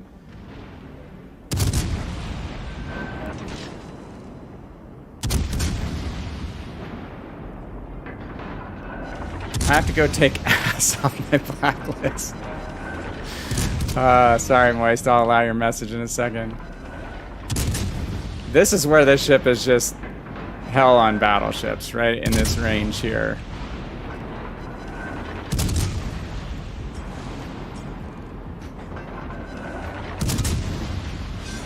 There we go.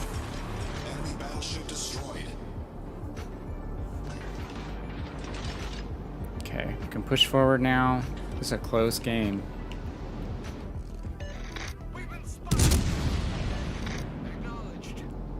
We have 50 seconds with our smoke, but we're not going to be able to use that smoke based on where the Martel is going.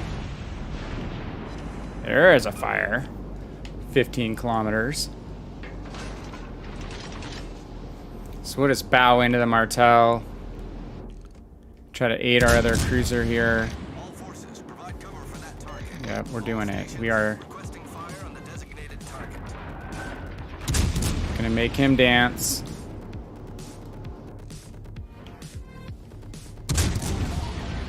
Trying to spread my salvo around a little bit, either side of the Martel's path. Just kind of split the front and back turrets. So you're not putting all your shots in kind of one area.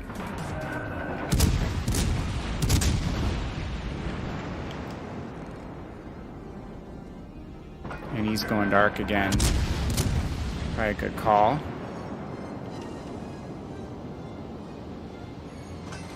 Don't leave me, Wichita!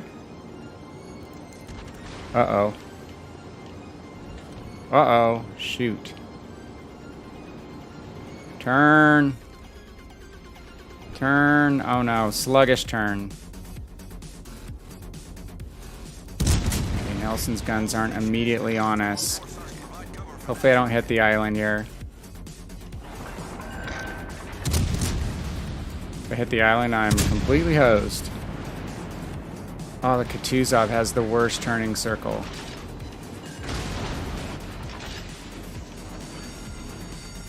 The ship is on fire. Barely got it. Holy crap. That was sweaty. This thing kind of turns like a drunken whale.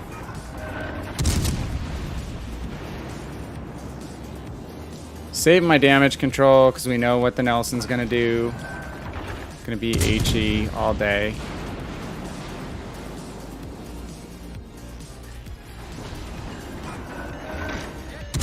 Okay, keep him burning. This game is close. We definitely want to try to stay alive. Up to, what, 9 fires?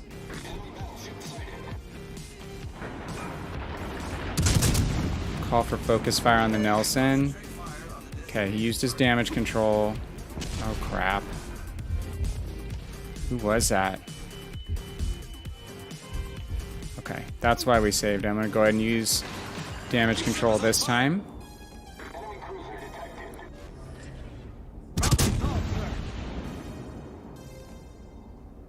Wichita, you don't want or have to go up there alone. Another fire. Nelson's gonna have a hard time shooting over those rocks. No? Really? Don't hit me. Oh, crap. Damn it. Alright, I'm just using my smoke. Just to break visual. Not gonna be able to use it as a firing screen, unfortunately.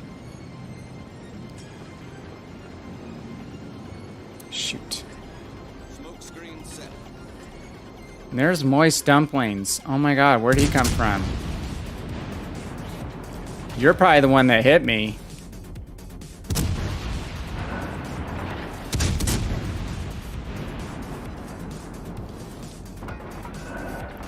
Kutuzov, not my favorite kiting ship.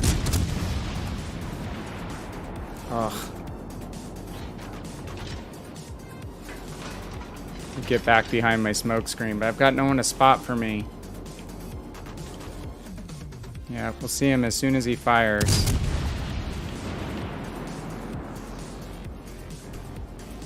Oh!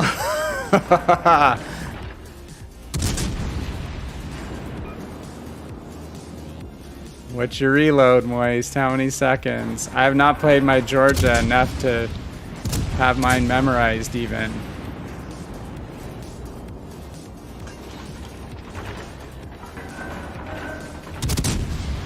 Damn. As soon as they blink out and you lose contact, you just don't get good luck blind firing in this game. Okay. Haven't been able to set him on fire. Ah, we lost our other ships. He definitely has the advantage right now.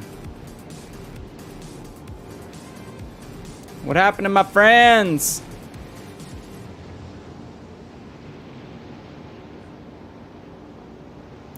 Wichita killed the Otago. We know the 2 battleships are relatively low health.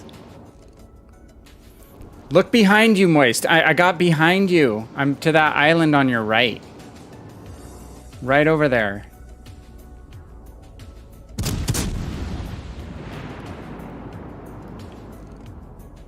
You only have 6 shells. Come on. For the love of RNG.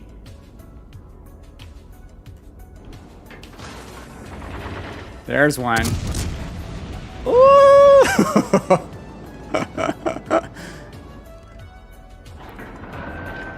Use damage control. I know, why aren't you shooting him? Where's my buddy?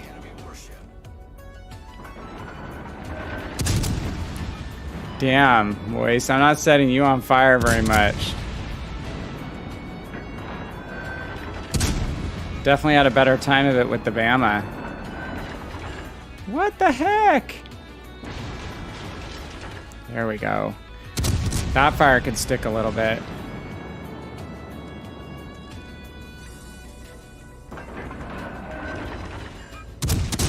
One more would really be nice, though. Guess it's just you and me.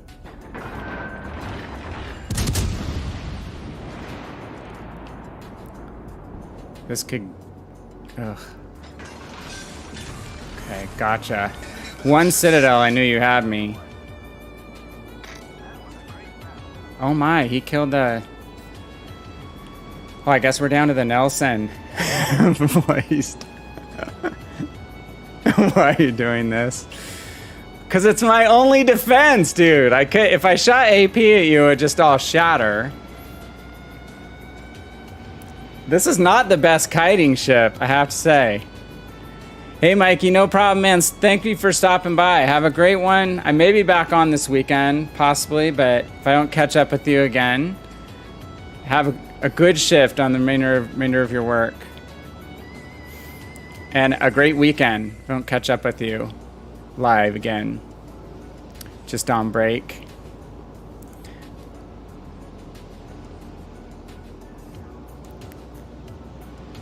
Kutuzov, in case you're still there, I have Makarov. I go with Makarov. I like the ingenious skill. Last round legendary, we could do that, I think. I like Makarov instead of Kuznetsov. I value having the ingenious skill and knowing how many people are targeting me in a cruiser. Boys, that was a very sweaty game, man. It came down to close to the end. Wichita came through. Toxic Barf had a good game. Get you on the same side. That would be good. All right, that was a more representative Kutuzov game versus what we've been doing lately. Unfortunately, we didn't get any DD damage, though. Yeah, we run Makarov with Ingenious, rudder shift upgrades, speed upgrade.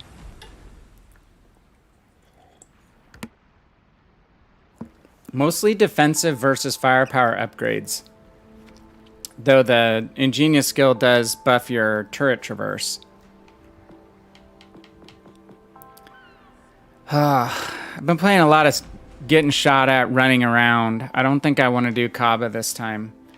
I'm going to try Alaska. I've not played Alaska in eons. Probably not the sane choice. Oh, you want to finish? Okay, we could do a tier 6. Yeah, do a tier 6. We can do a couple more. Do legendary at the end. Oh, let's see. Yeah, tier 6.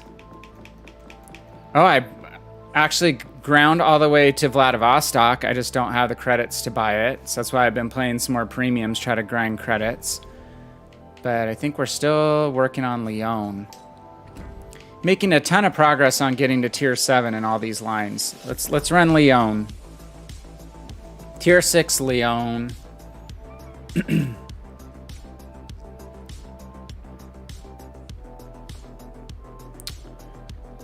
Are you ready, sir?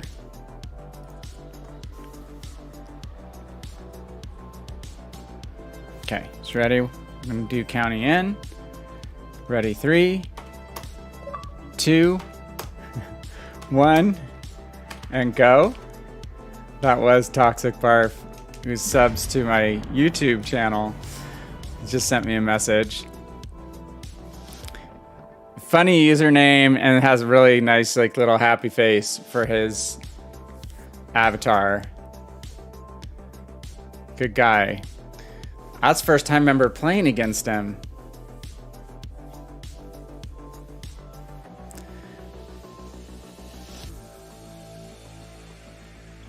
All right, we got north.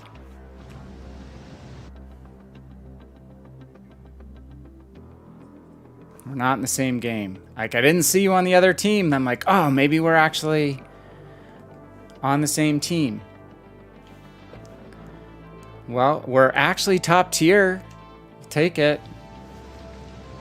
That was a good duel, Kutuzov versus Charles Martel. He got me with one of those torpedoes. He got some good fire in on me with his main battery. Good game by Toxic Barf. Okay. So I'm going to try to reinforce the side of the map that needs more help. I think it's going to be, well, I'm the swing ship based on what's going on next to me here. The La Galissoniere is going to go to C, so I'm going to join at A. Hey, Freaky Gordy or Jordy? Thank you for the follow. Very much appreciated. Hope you're having a great Friday. We're back on stream. I haven't been able to stream as much lately, just with life and doing some YouTube content. But trying to get back into it, doing at least once, maybe twice a week. We were on a 3 times a week schedule. during winter time. So as we transition back into the colder temperatures, hopefully we can get back to our regular streaming schedule. But thank you so much for the follow. I tend to do a little more solo play with count-ins than division play, and give you a sense of what I'm walking through as I'm playing. Not your best player, but I have been playing this for quite a while and know most of the basic tips and tricks. Not always going to be working towards the highest damage scores. Going to be working towards trying to do what is going to serve my team best from an overall win perspective. Thank you for the follow. We are sailing what I call the French Fuso, since we have 16 guns. Not the highest caliber, but workable AP ammunition and a decent fire starter. So we're French Fuso versus Japanese Fuso.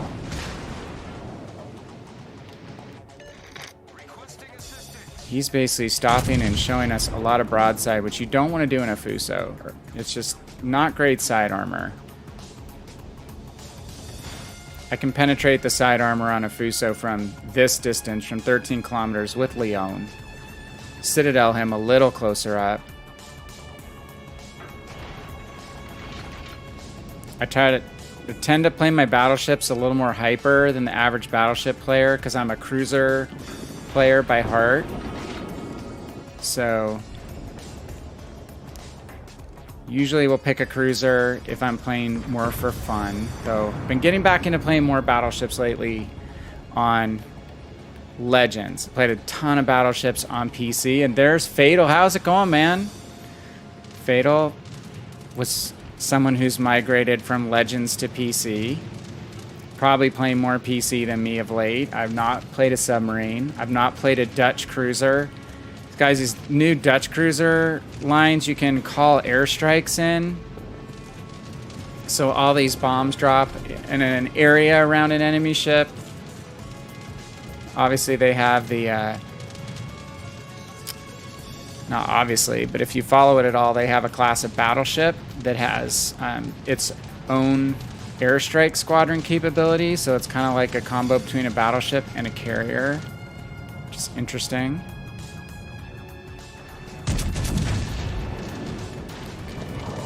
We don't want to show broadside to this Synop. That would be a no-no. Been grinding on the PC side, Fatal. Which there's always a lot of that to do. I definitely don't want to show broadside to this Synop. Fuso's still firing HE. And he's going to show me broadside. So I'll win the damage per minute battle. Okay. Damn it. Synop's looking at me now. I gotta radically turn. This is gonna hurt. Yeah. Synop, pound for pound, ton for ton, one of the strongest battleships at tier 6. For sure. We've lost initiative at A. We have a destroyer there to kind of keep people honest, but I'm actually gonna try to dial up the Molotov. Yeah, I don't know, Freaky, if he's... I thought he was a little bit angled. I was afraid he'd more be one-shotting me. Given that I have no armor. I think he's a little bit bow into me. God, we just got 2 overpens on the Molotov. Shoot. More CVs out today. So let's see if we can dial up the Molotov. You have Montana, Kremlin, Holland, Petro, GK, and Des Moines. I am grinding towards Petro. That's kind of the ship that I'm most interested in getting that I don't have right now on the PC side. Molotov has the same guns as the new premium ship, you guys. Has the 180 millimeter calm heavy main battery guns, but to me they're kind of a middle point between a heavy and a light cruiser gun. Ugh. He's playing a little close. Molotov has extremely thin armor and a raised citadel, and I'm going to get horrid dispersion on that shot. Hey Willows, how's it going? Thank you for your follow on YouTube the other day. Really appreciate it. Thanks for stopping in on the stream. Okay, this Molotov player is smart. He's using AP. Again, those guns have stronger AP than HE. So I don't want to show him full broadside. I'm a little worried about that. Come on, team. We've got one of the new Russian DDs over there. Alright, I'm gonna have to deal with you, I guess. Getting pushed on both sides. Oh, okay. Can see what happened.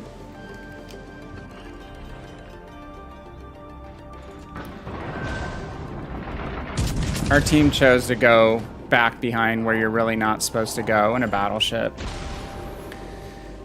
When you see 2 or 3 ships back behind C on what would be the 9-10 line on PC, you know it's going to be in favor of the other team straight away.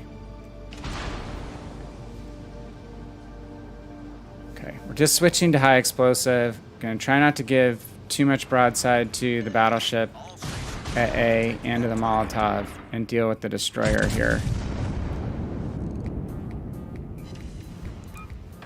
Confirmed penetration. Okay, that was good.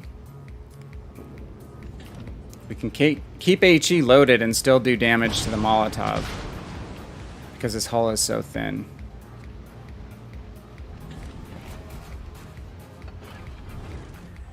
We might be able to take out the Molotov now.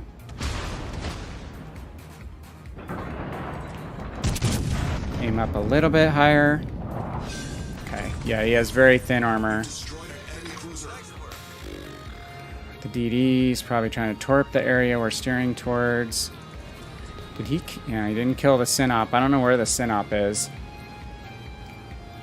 7-kilometer torps in that new guy. Thank you. I did not know what they are. They're not the super short range, I guess. Russian. Okay, smoked up. We're no longer spotted. So let's go ahead and steer in towards the smoke. Problem is, if I steer straight at the smoke, I'm going to be showing broadside to A, where we know that Synop is most likely lurking. And what is going on at C? I mean, finally that battleship has rounded C on our team and might actually be pressing the enemy, but that's what happens when you have a battleship that's out of the action for, you know, a good 5 minutes, 6 minutes to sail all the way around the corner. On PC, they actually have a sign over by those islands at the sea cap. It's a battleship symbol with a circle, red circle and slash through it, meaning don't steer your battleship over here. They actually tried to give a hint to players that it's not a good idea to go there. That was not smart for him to get spotted there. Ugh.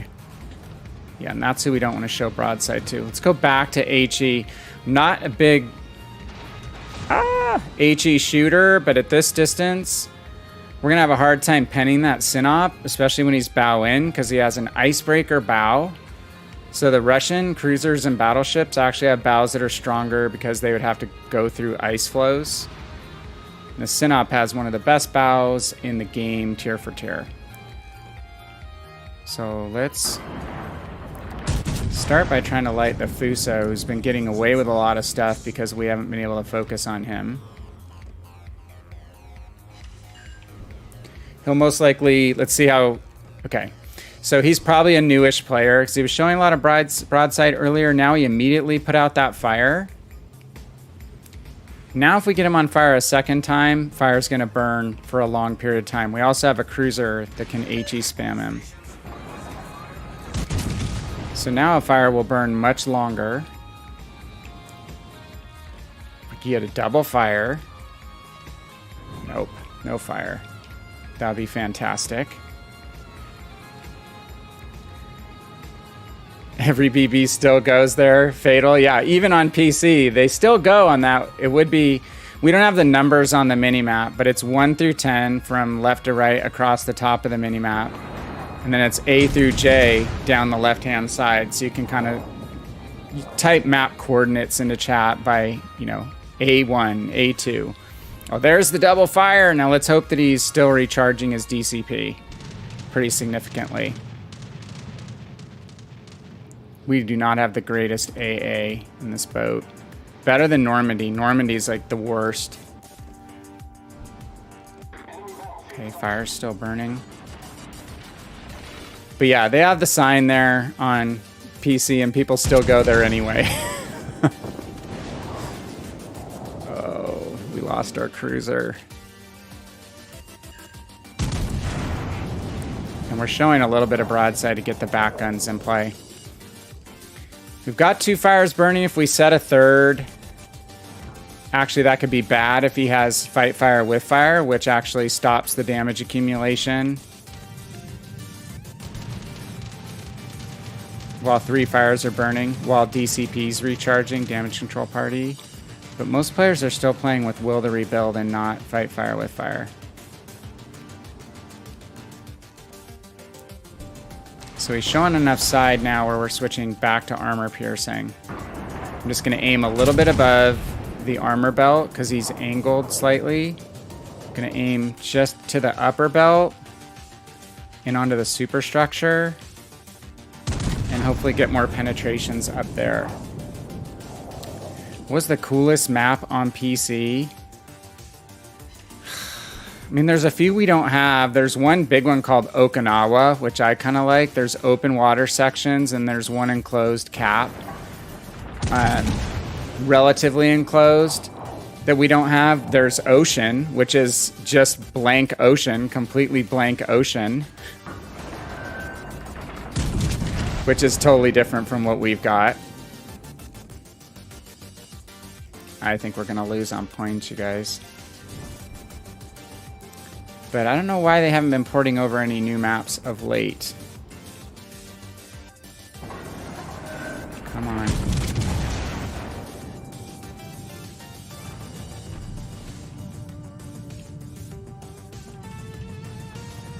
Okay, good kill. Okay, we're gonna go shoot. Ah, oh my gosh. No. Don't kill me. Okay, I need to go dark inner. Get my broadside away from that synop. Planes are gonna keep me lit. Shit. Don't. Oh my god. Come on, shoot the planes down, gunners! So we could win this on points if we can survive, but this is... Where is he coming from? I'm trying to steer into the torpedoes. Oh my god, we got it. Why am I still spotted? I have horrible detection range on this ship. Oh god.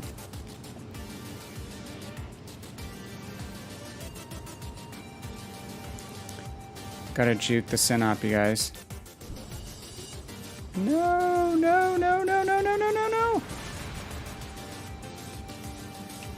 Is he that much faster than me? No bombers! 9, 8, 7, 6, 5, 4, 3, 2, 1. Oh, he missed me. He just missed my butt. Oh my god. I'm sweating. Holy crap. Dude, all we wanted to do was live. Holy crap, you guys. That was so close. And we pulled out. We got the cap. The middle cap. And I knew we were going to accumulate enough points if I could just survive. Oh my god, that was crazy. Okay, so that's just an example of like, I play battleships a lot more mobile and a lot more like a cruiser. A lot of people would have just stuck in and probably died at A. going into a bow tanking battle, and I prefer to stay mobile and even kite in a battleship when I can. And just we did basically an active retreat away from the ACAP, and we were able to kill the Molotov and the. I watched the video, but Bovoy, I don't know how to pronounce any of those. So we got those 2 kills, which wound up being key, and then stayed alive, and that helped seal a victory. That was freaking crazy. Good XP gains, 6,900. And we got some damage on destroyers. We now need only 11,000 damage on destroyers. I know, Freaky, are you kidding me? Do you see how close that bomb came to my butt? And that would have swung the score to their favor for sure. Yeah, so Moist, I wouldn't mind seeing Okinawa on Legends. I wouldn't mind seeing Ocean being put into rotation every once in a while. There's another one. We don't have Warrior's Path, right? Do we have Warrior's Path? I'm just blanking. Tired mind, but... I mean, we've got the majority of the PC maps now. And Crash Zone Alpha was one of the newer maps that was newer on PC that came over of late, so... I mean, the majority of them we do have now. There's none that I really, really love that are on PC that we don't have. But Okinawa's one that's not bad. Shoot, why am I not able to... Losing communication with my Xbox occasionally here. Bear with me. There we go. My Xbox is connected to my PC through the Xbox console companion. Sometimes there's a little bit of a gap. Okay, so let's see, Moist. Do one more battle, and then we'll do the legendary, and that's it. So 2 more. So how about... Let's do a tier 6, and I want to play something more for fun. Play Scharnhorst. Let's do Scharnhorst. I don't need to spend a triple booster. Save those for mission grinds. But we'll do a double. I just basically run a double booster all the time on my premiums just to try to grind credits.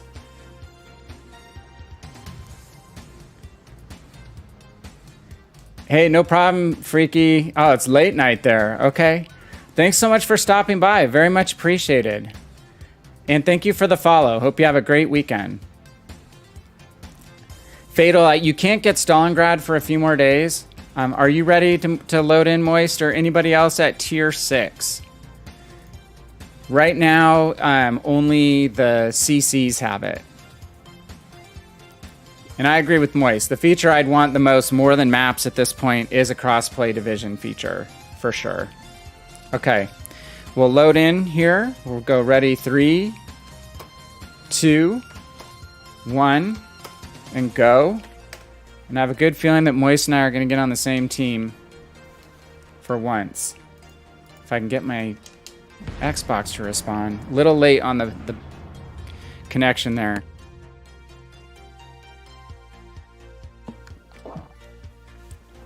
Fatal, the Sharn was your favorite. I know you like the Sharn a lot. And then you bought the California... Well, no, you bought the Florida pretty early on, right? On PC. They have Florida over here on Legends. So how do you like the Petropavlovsk? That's the ship that I'm probably most interested in.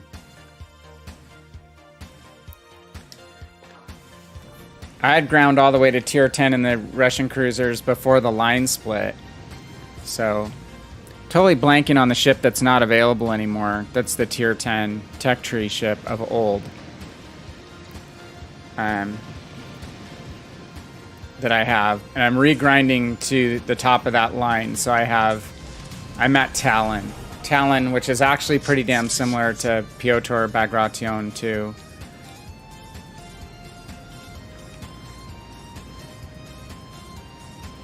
Petra is very, very good if no one pays attention to you. I know it's like super popular in all the competitive team matches. Okay, we're on the other side of the estuary this time. Moskva, yeah. I have Moskva and never played it a ton because it's more of a standstill bow-in cruiser style of gameplay. It has strong bow armor. So does Stalingrad. So I'm Probably going to wait and see what people say about Stalingrad before I just run and buy it, Moist. That's my thought. Shoot. Ooh, got lucky there. We did a little bit of a cruiser juke on the Warspite. Oh, he's going super slow, too. That's why... And we undershot him. What are you doing, Duca? We're gonna get HE spammed to death right here. The ship is on fire. Save my damage control party, just use my repair party, kind of tread water with damage here until we can get unspotted. Must be a DD. No. This Prince Idol Friedrich has spotted me. Are we, Moist? I looked at the other team. What are you driving? Prince Idol Friedrich was like a big, huge holiday grind on PC one year. You could get it for free, but it was an amazingly long grind. And like the whole back half of the grind, you had to play just in that ship. So I had to play like 100 games in that. Okay. Definitely don't want to be showing a bunch of broadside to this Tennessee. What's he gonna do? Back up? Sharny doesn't have the best AP. You just aim higher up on the superstructure, can still do damage. You have 20-second reload and 9 guns, so it's frequency, not individual alpha strike. That's the deal with this boat. And then obviously if you can get in a knife fight, you have torpedoes and you have good mobility. Nelson, okay. Let's try to make this Duca pay for his bravery. Tennessee. Maybe driving while impaired. I might be hitting an island here based on how I have to turn. I don't necessarily want to bomb straight into the cap because we... How did we miss that?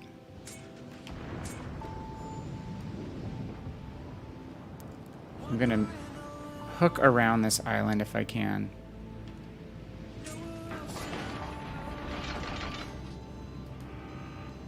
Or maybe just hook back central. If I go in alone, I'm going to get focused by the BB that was in the middle and the Warspite. Warspite's guns are pretty amazing. Just trying to be a little bit patient here and support the Tennessee. Duca comes through to try to torpedo him. I can get broadside shots on the Duca. And Scharnhorst guns really shine against cruisers. So they can do significant damage on cruisers. Oh, okay, good shot.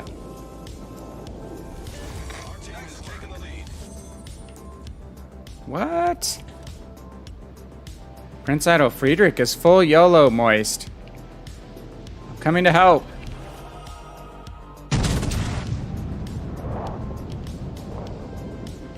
We got our battleship that's way back here that I'm gonna ram if I'm not careful.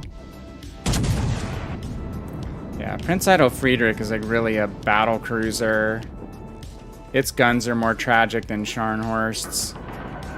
Just, it may be better on Legends than the reputation she has on PC. And again, I don't mind the Scharnhorst gun. Some people prefer Gneisenau in this class.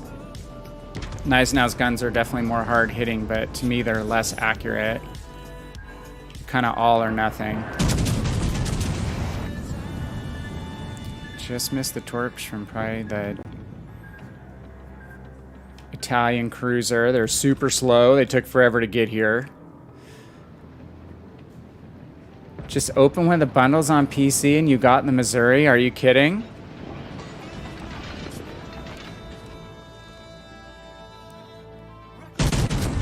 That's pretty awesome if you pulled it, dude. That's low odds.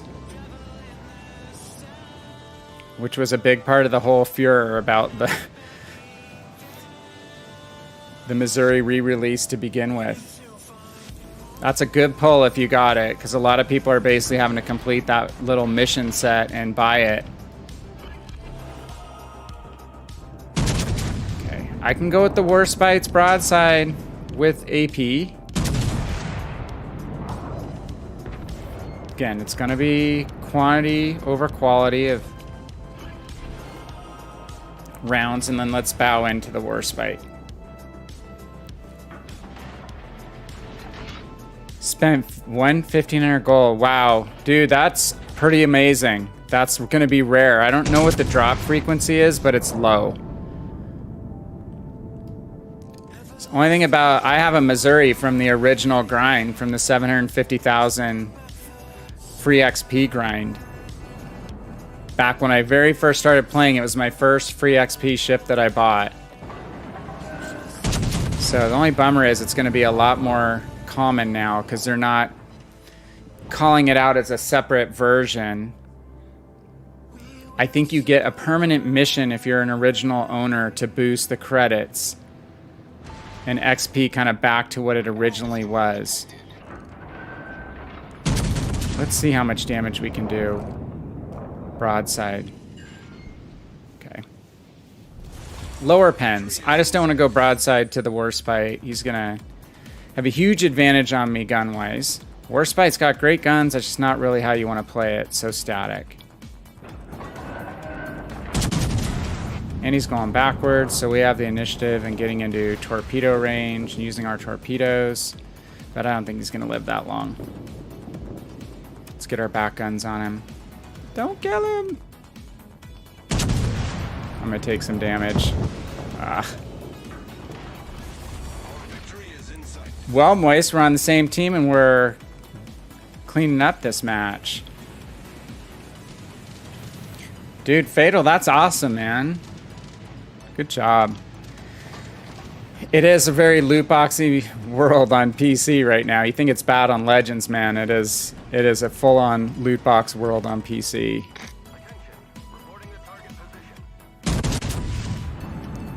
We're on the right side to shoot at the CV. Because of clean living. See if we can pen it. 3 bounces, 1 pen.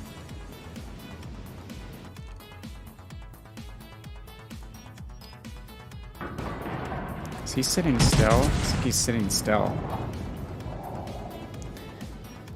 Yeah, so Missouri is basically an Iowa with radar and slightly different gun handling.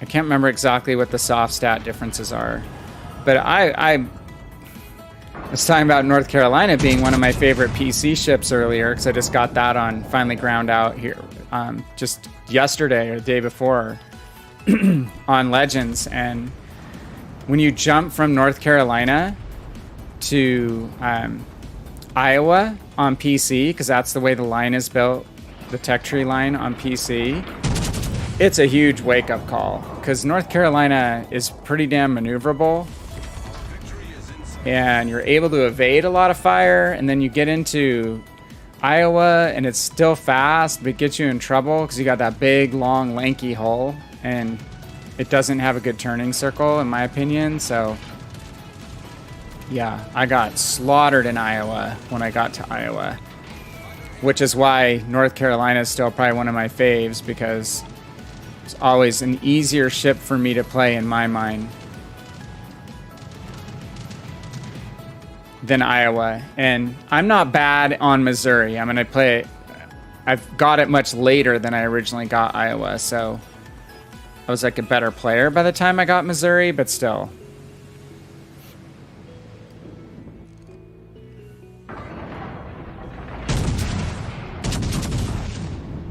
All right, Nevny. We're going to cap them out really shortly.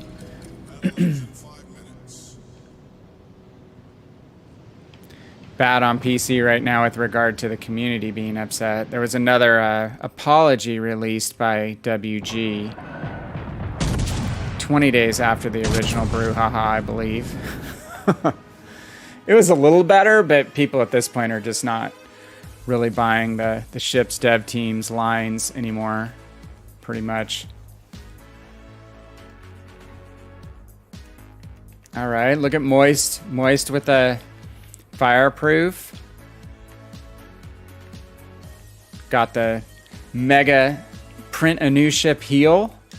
They took full advantage of. That's not a great game in Scharnhorst damage wise. We didn't get a kill, but almost 300,000 credits, so it's a pretty good earner. As with a double booster. All right, this is the legendary tier game. Mr.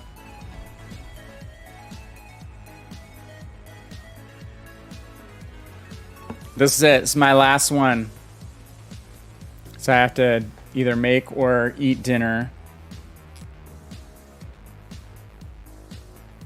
Massachusetts. I'm not going to be taking let's see. Have not played ZF6 yet. Kind of interested to play that, actually. Champagne got a big buff. Multiple gun handling buffs, I believe. Already had really good guns. Obviously, not a tanky hull. Worst hull at our tier. All right, I said it earlier. I'm going to stick with it. I'm going to go with Alaska. Yep. I may regret it. Just tell me when you're ready, Moist.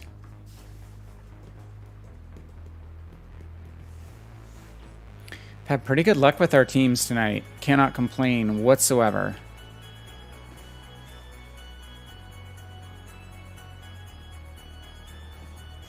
Alaska's always funking me with that, ready? That anti-aircraft mount right on the bow. Right at the extreme edge of the bow. Okay, we'll do 3, 2, 1, go. For anyone at tier 7/legendary tier. Be our last game. Ready, 3, 2, 1, and go.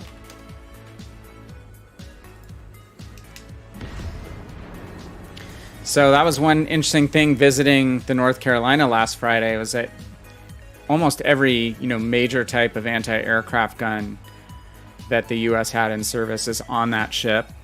So you could see all different styles, from the little single 30 caliber mount with the little shield, all the way up to the piano style guns, Bofors, 5-inch guns, those dual purpose too. Feeling they probably were. Tier 8 Alaska on PC, not the Anchorage, right? Or is it a new one? I have the Anchorage on PC. That's like the last ship that I really ground for over there. That was a premium. That was a dockyard ship. That is a. It's not a Brooklyn class. I think it's a Buffalo, right? Buffalo with torpedoes and smoke, which is kind of different. A U.S. higher tier U.S. cruiser with torpedoes and smoke. Well, we got some poor tier 7 souls in our game. Okay. I'm going to play this the way I play on PC. I have a lot more experience with Alaska on PC. I've only played probably 3 games in her on Legends. I just don't like tier 7, or not tier 7, but I don't like legendary tier matchmaking a whole lot. It's not enough cruisers. Now we have Worcester, getting Stalingrad. Until we build up the number of cruisers in legendary tier, it's just kind of wonky. But I wind up firing a lot of AP and not a lot of HE. And just aiming. We'll aim high. We're going to aim for superstructures on everything except nearby broadside cruisers. And then obviously we'll fire HE at destroyers. And I love when you incapacitate modules, but you do not get any damage. It's always fun, right? There's Citadel on the other Alaska. Gonna have to bow in.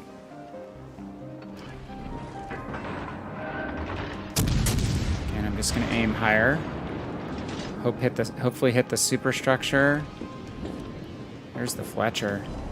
Okay, we're close enough to use our radar if he tries to hide. Gonna go ahead and burn our radar. Hopefully our team can kill the Fletcher. Gonna signal. Come on. He's trying to tort me. Hey, is that new sweeping radar graphic? That is new, right? Come on, guys, get him. Hey, we got an assist. Nice. Okay. HE's loaded, so...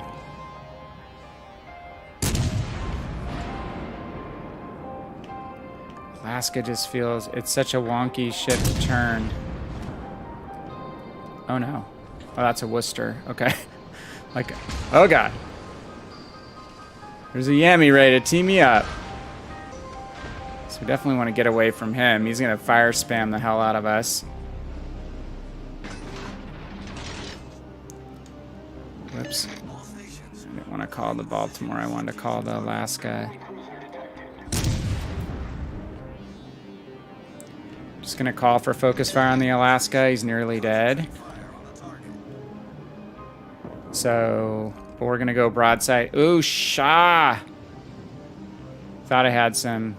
meat shield action over there. We'll do broadside AP on the Georgia.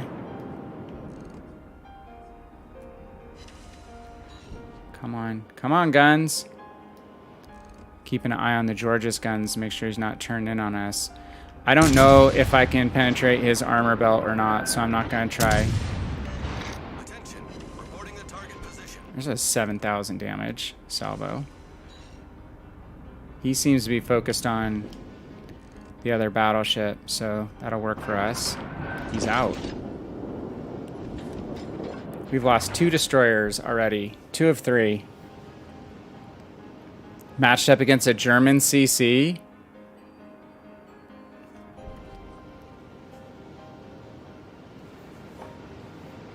Oh, Congress fatal? Sorry, just getting back to that. Huh, that's interesting.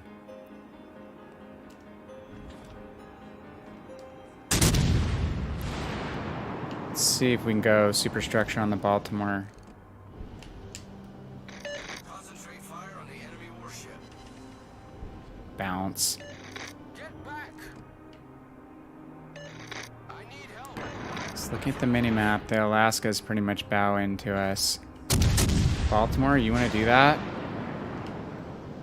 I'm going to be bowing into 3 cruisers, but what the heck?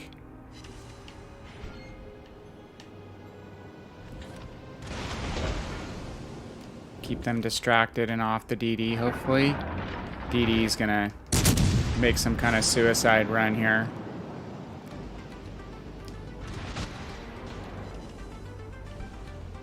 Damn it. Sui is going away.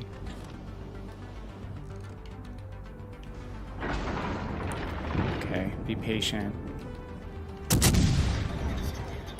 I know you want to show me broadside Baltimore, but he's not. Smartly.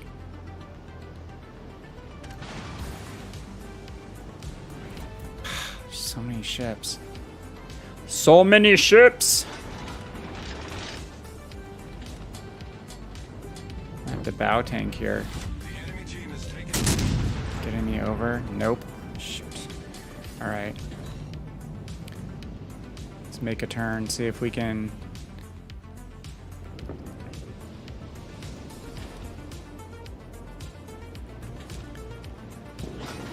Something going on the Alaska. Fire on the designated target.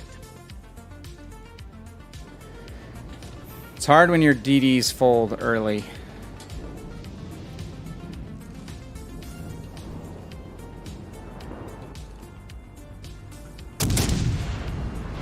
Damn it, I'm too broadside to him.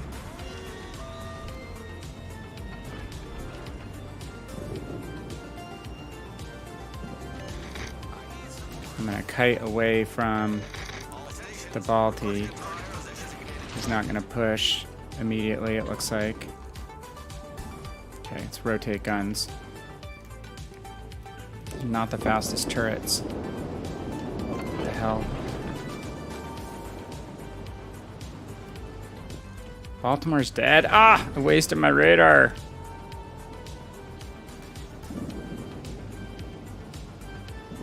Alaska, there's no need to push there. There's no caps. So why do you push into 3 ships? Ugh, I hate Legendary Tier. Alaska on PC is a good ship and I enjoy playing it. I don't enjoy playing it so much on Legends. And again, it's the matchmaking mix for one thing.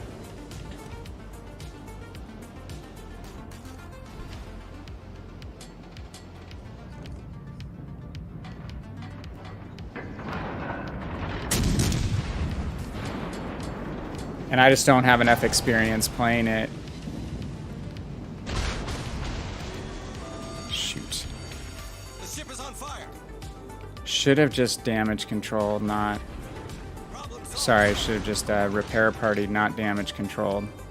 This game's over though, anyway. It's over.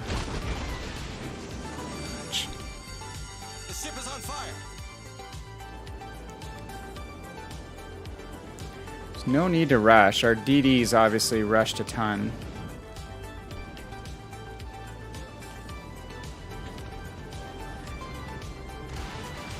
Conqueror's gonna set 3 fires on me here in about 2 seconds.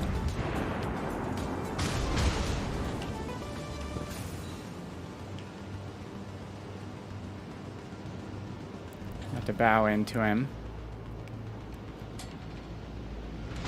And we're gonna get broadside to the other guys. Wow, Conqueror firing AP smartly, rightly so. We avoided a buttload of torpedoes. Ugh. I just have a hard time finding a happy place in that ship so far. You just get settled into a position, and then you're down 2 DDs, and whoever's left on your flank is pushing into 3 ships, and I just don't enjoy it enough at Legendary Tier to do it a lot yet. So I much prefer Tier 6. Tier 7 I'll play more often. I don't mind going up against a few Legendary Tiers in Tier 7 ships. But we were in top tier that time and it just, you know, obviously didn't work out well. Well, Mr. Moist, one of these days I'm going to have a bang up like last battle in Legendary Tier. I'm going to go, this is the best thing ever. It just hasn't happened lately. So, hey, I just want to say thank you to everyone who came by the channel tonight. Very much appreciated. Freaky, thank you for the follow. It's awesome to see some of the folks who subscribed on YouTube showing up in YouTube chat, which is fantastic. We are trying to... Oh god, we're getting more Haas follows. All these Haas bots. I think they're the hate raid bots are following. It's my second Haas follow. I saw Hitman had a couple the other day too. So anyway, just want to thank you so much for the follows and for watching. Check it out on YouTube if you haven't. I do have a few new videos out there. One is how to hunt destroyers in your cruisers in 5 simple steps. And then did do a review of the Order and Discipline campaign and the Piotr Bagration cruiser, just to give you an idea of if it will fit in your port. It's kind of an unbiased review, just whether the characteristics of it will fit with your playstyle. So, hey Moist, that was fun. Thanks for the count-ins. We do well when we're on the same team, we get in the same game. So, man, when cross-play divisions comes, cross your fingers. That's going to be the absolute best, right? Until then, we're stuck with some ship balancing and maybe a new map every now and then. But they've been working on that since COVID started, so hopefully it will be soon. Hey, Fatal, great seeing you as well. Thank you, Willows Mutt, for coming in to chat. Haven't seen you before. Mikey's gone. Haven't seen you before in the chat. So did see you on my channel, so thank you so much. And you guys have a great Friday night. Hopefully maybe see you again on another day this weekend between now and Monday if you're getting your Labor Day off. Have a great holiday and talk to you guys soon. Have a good night. Bye.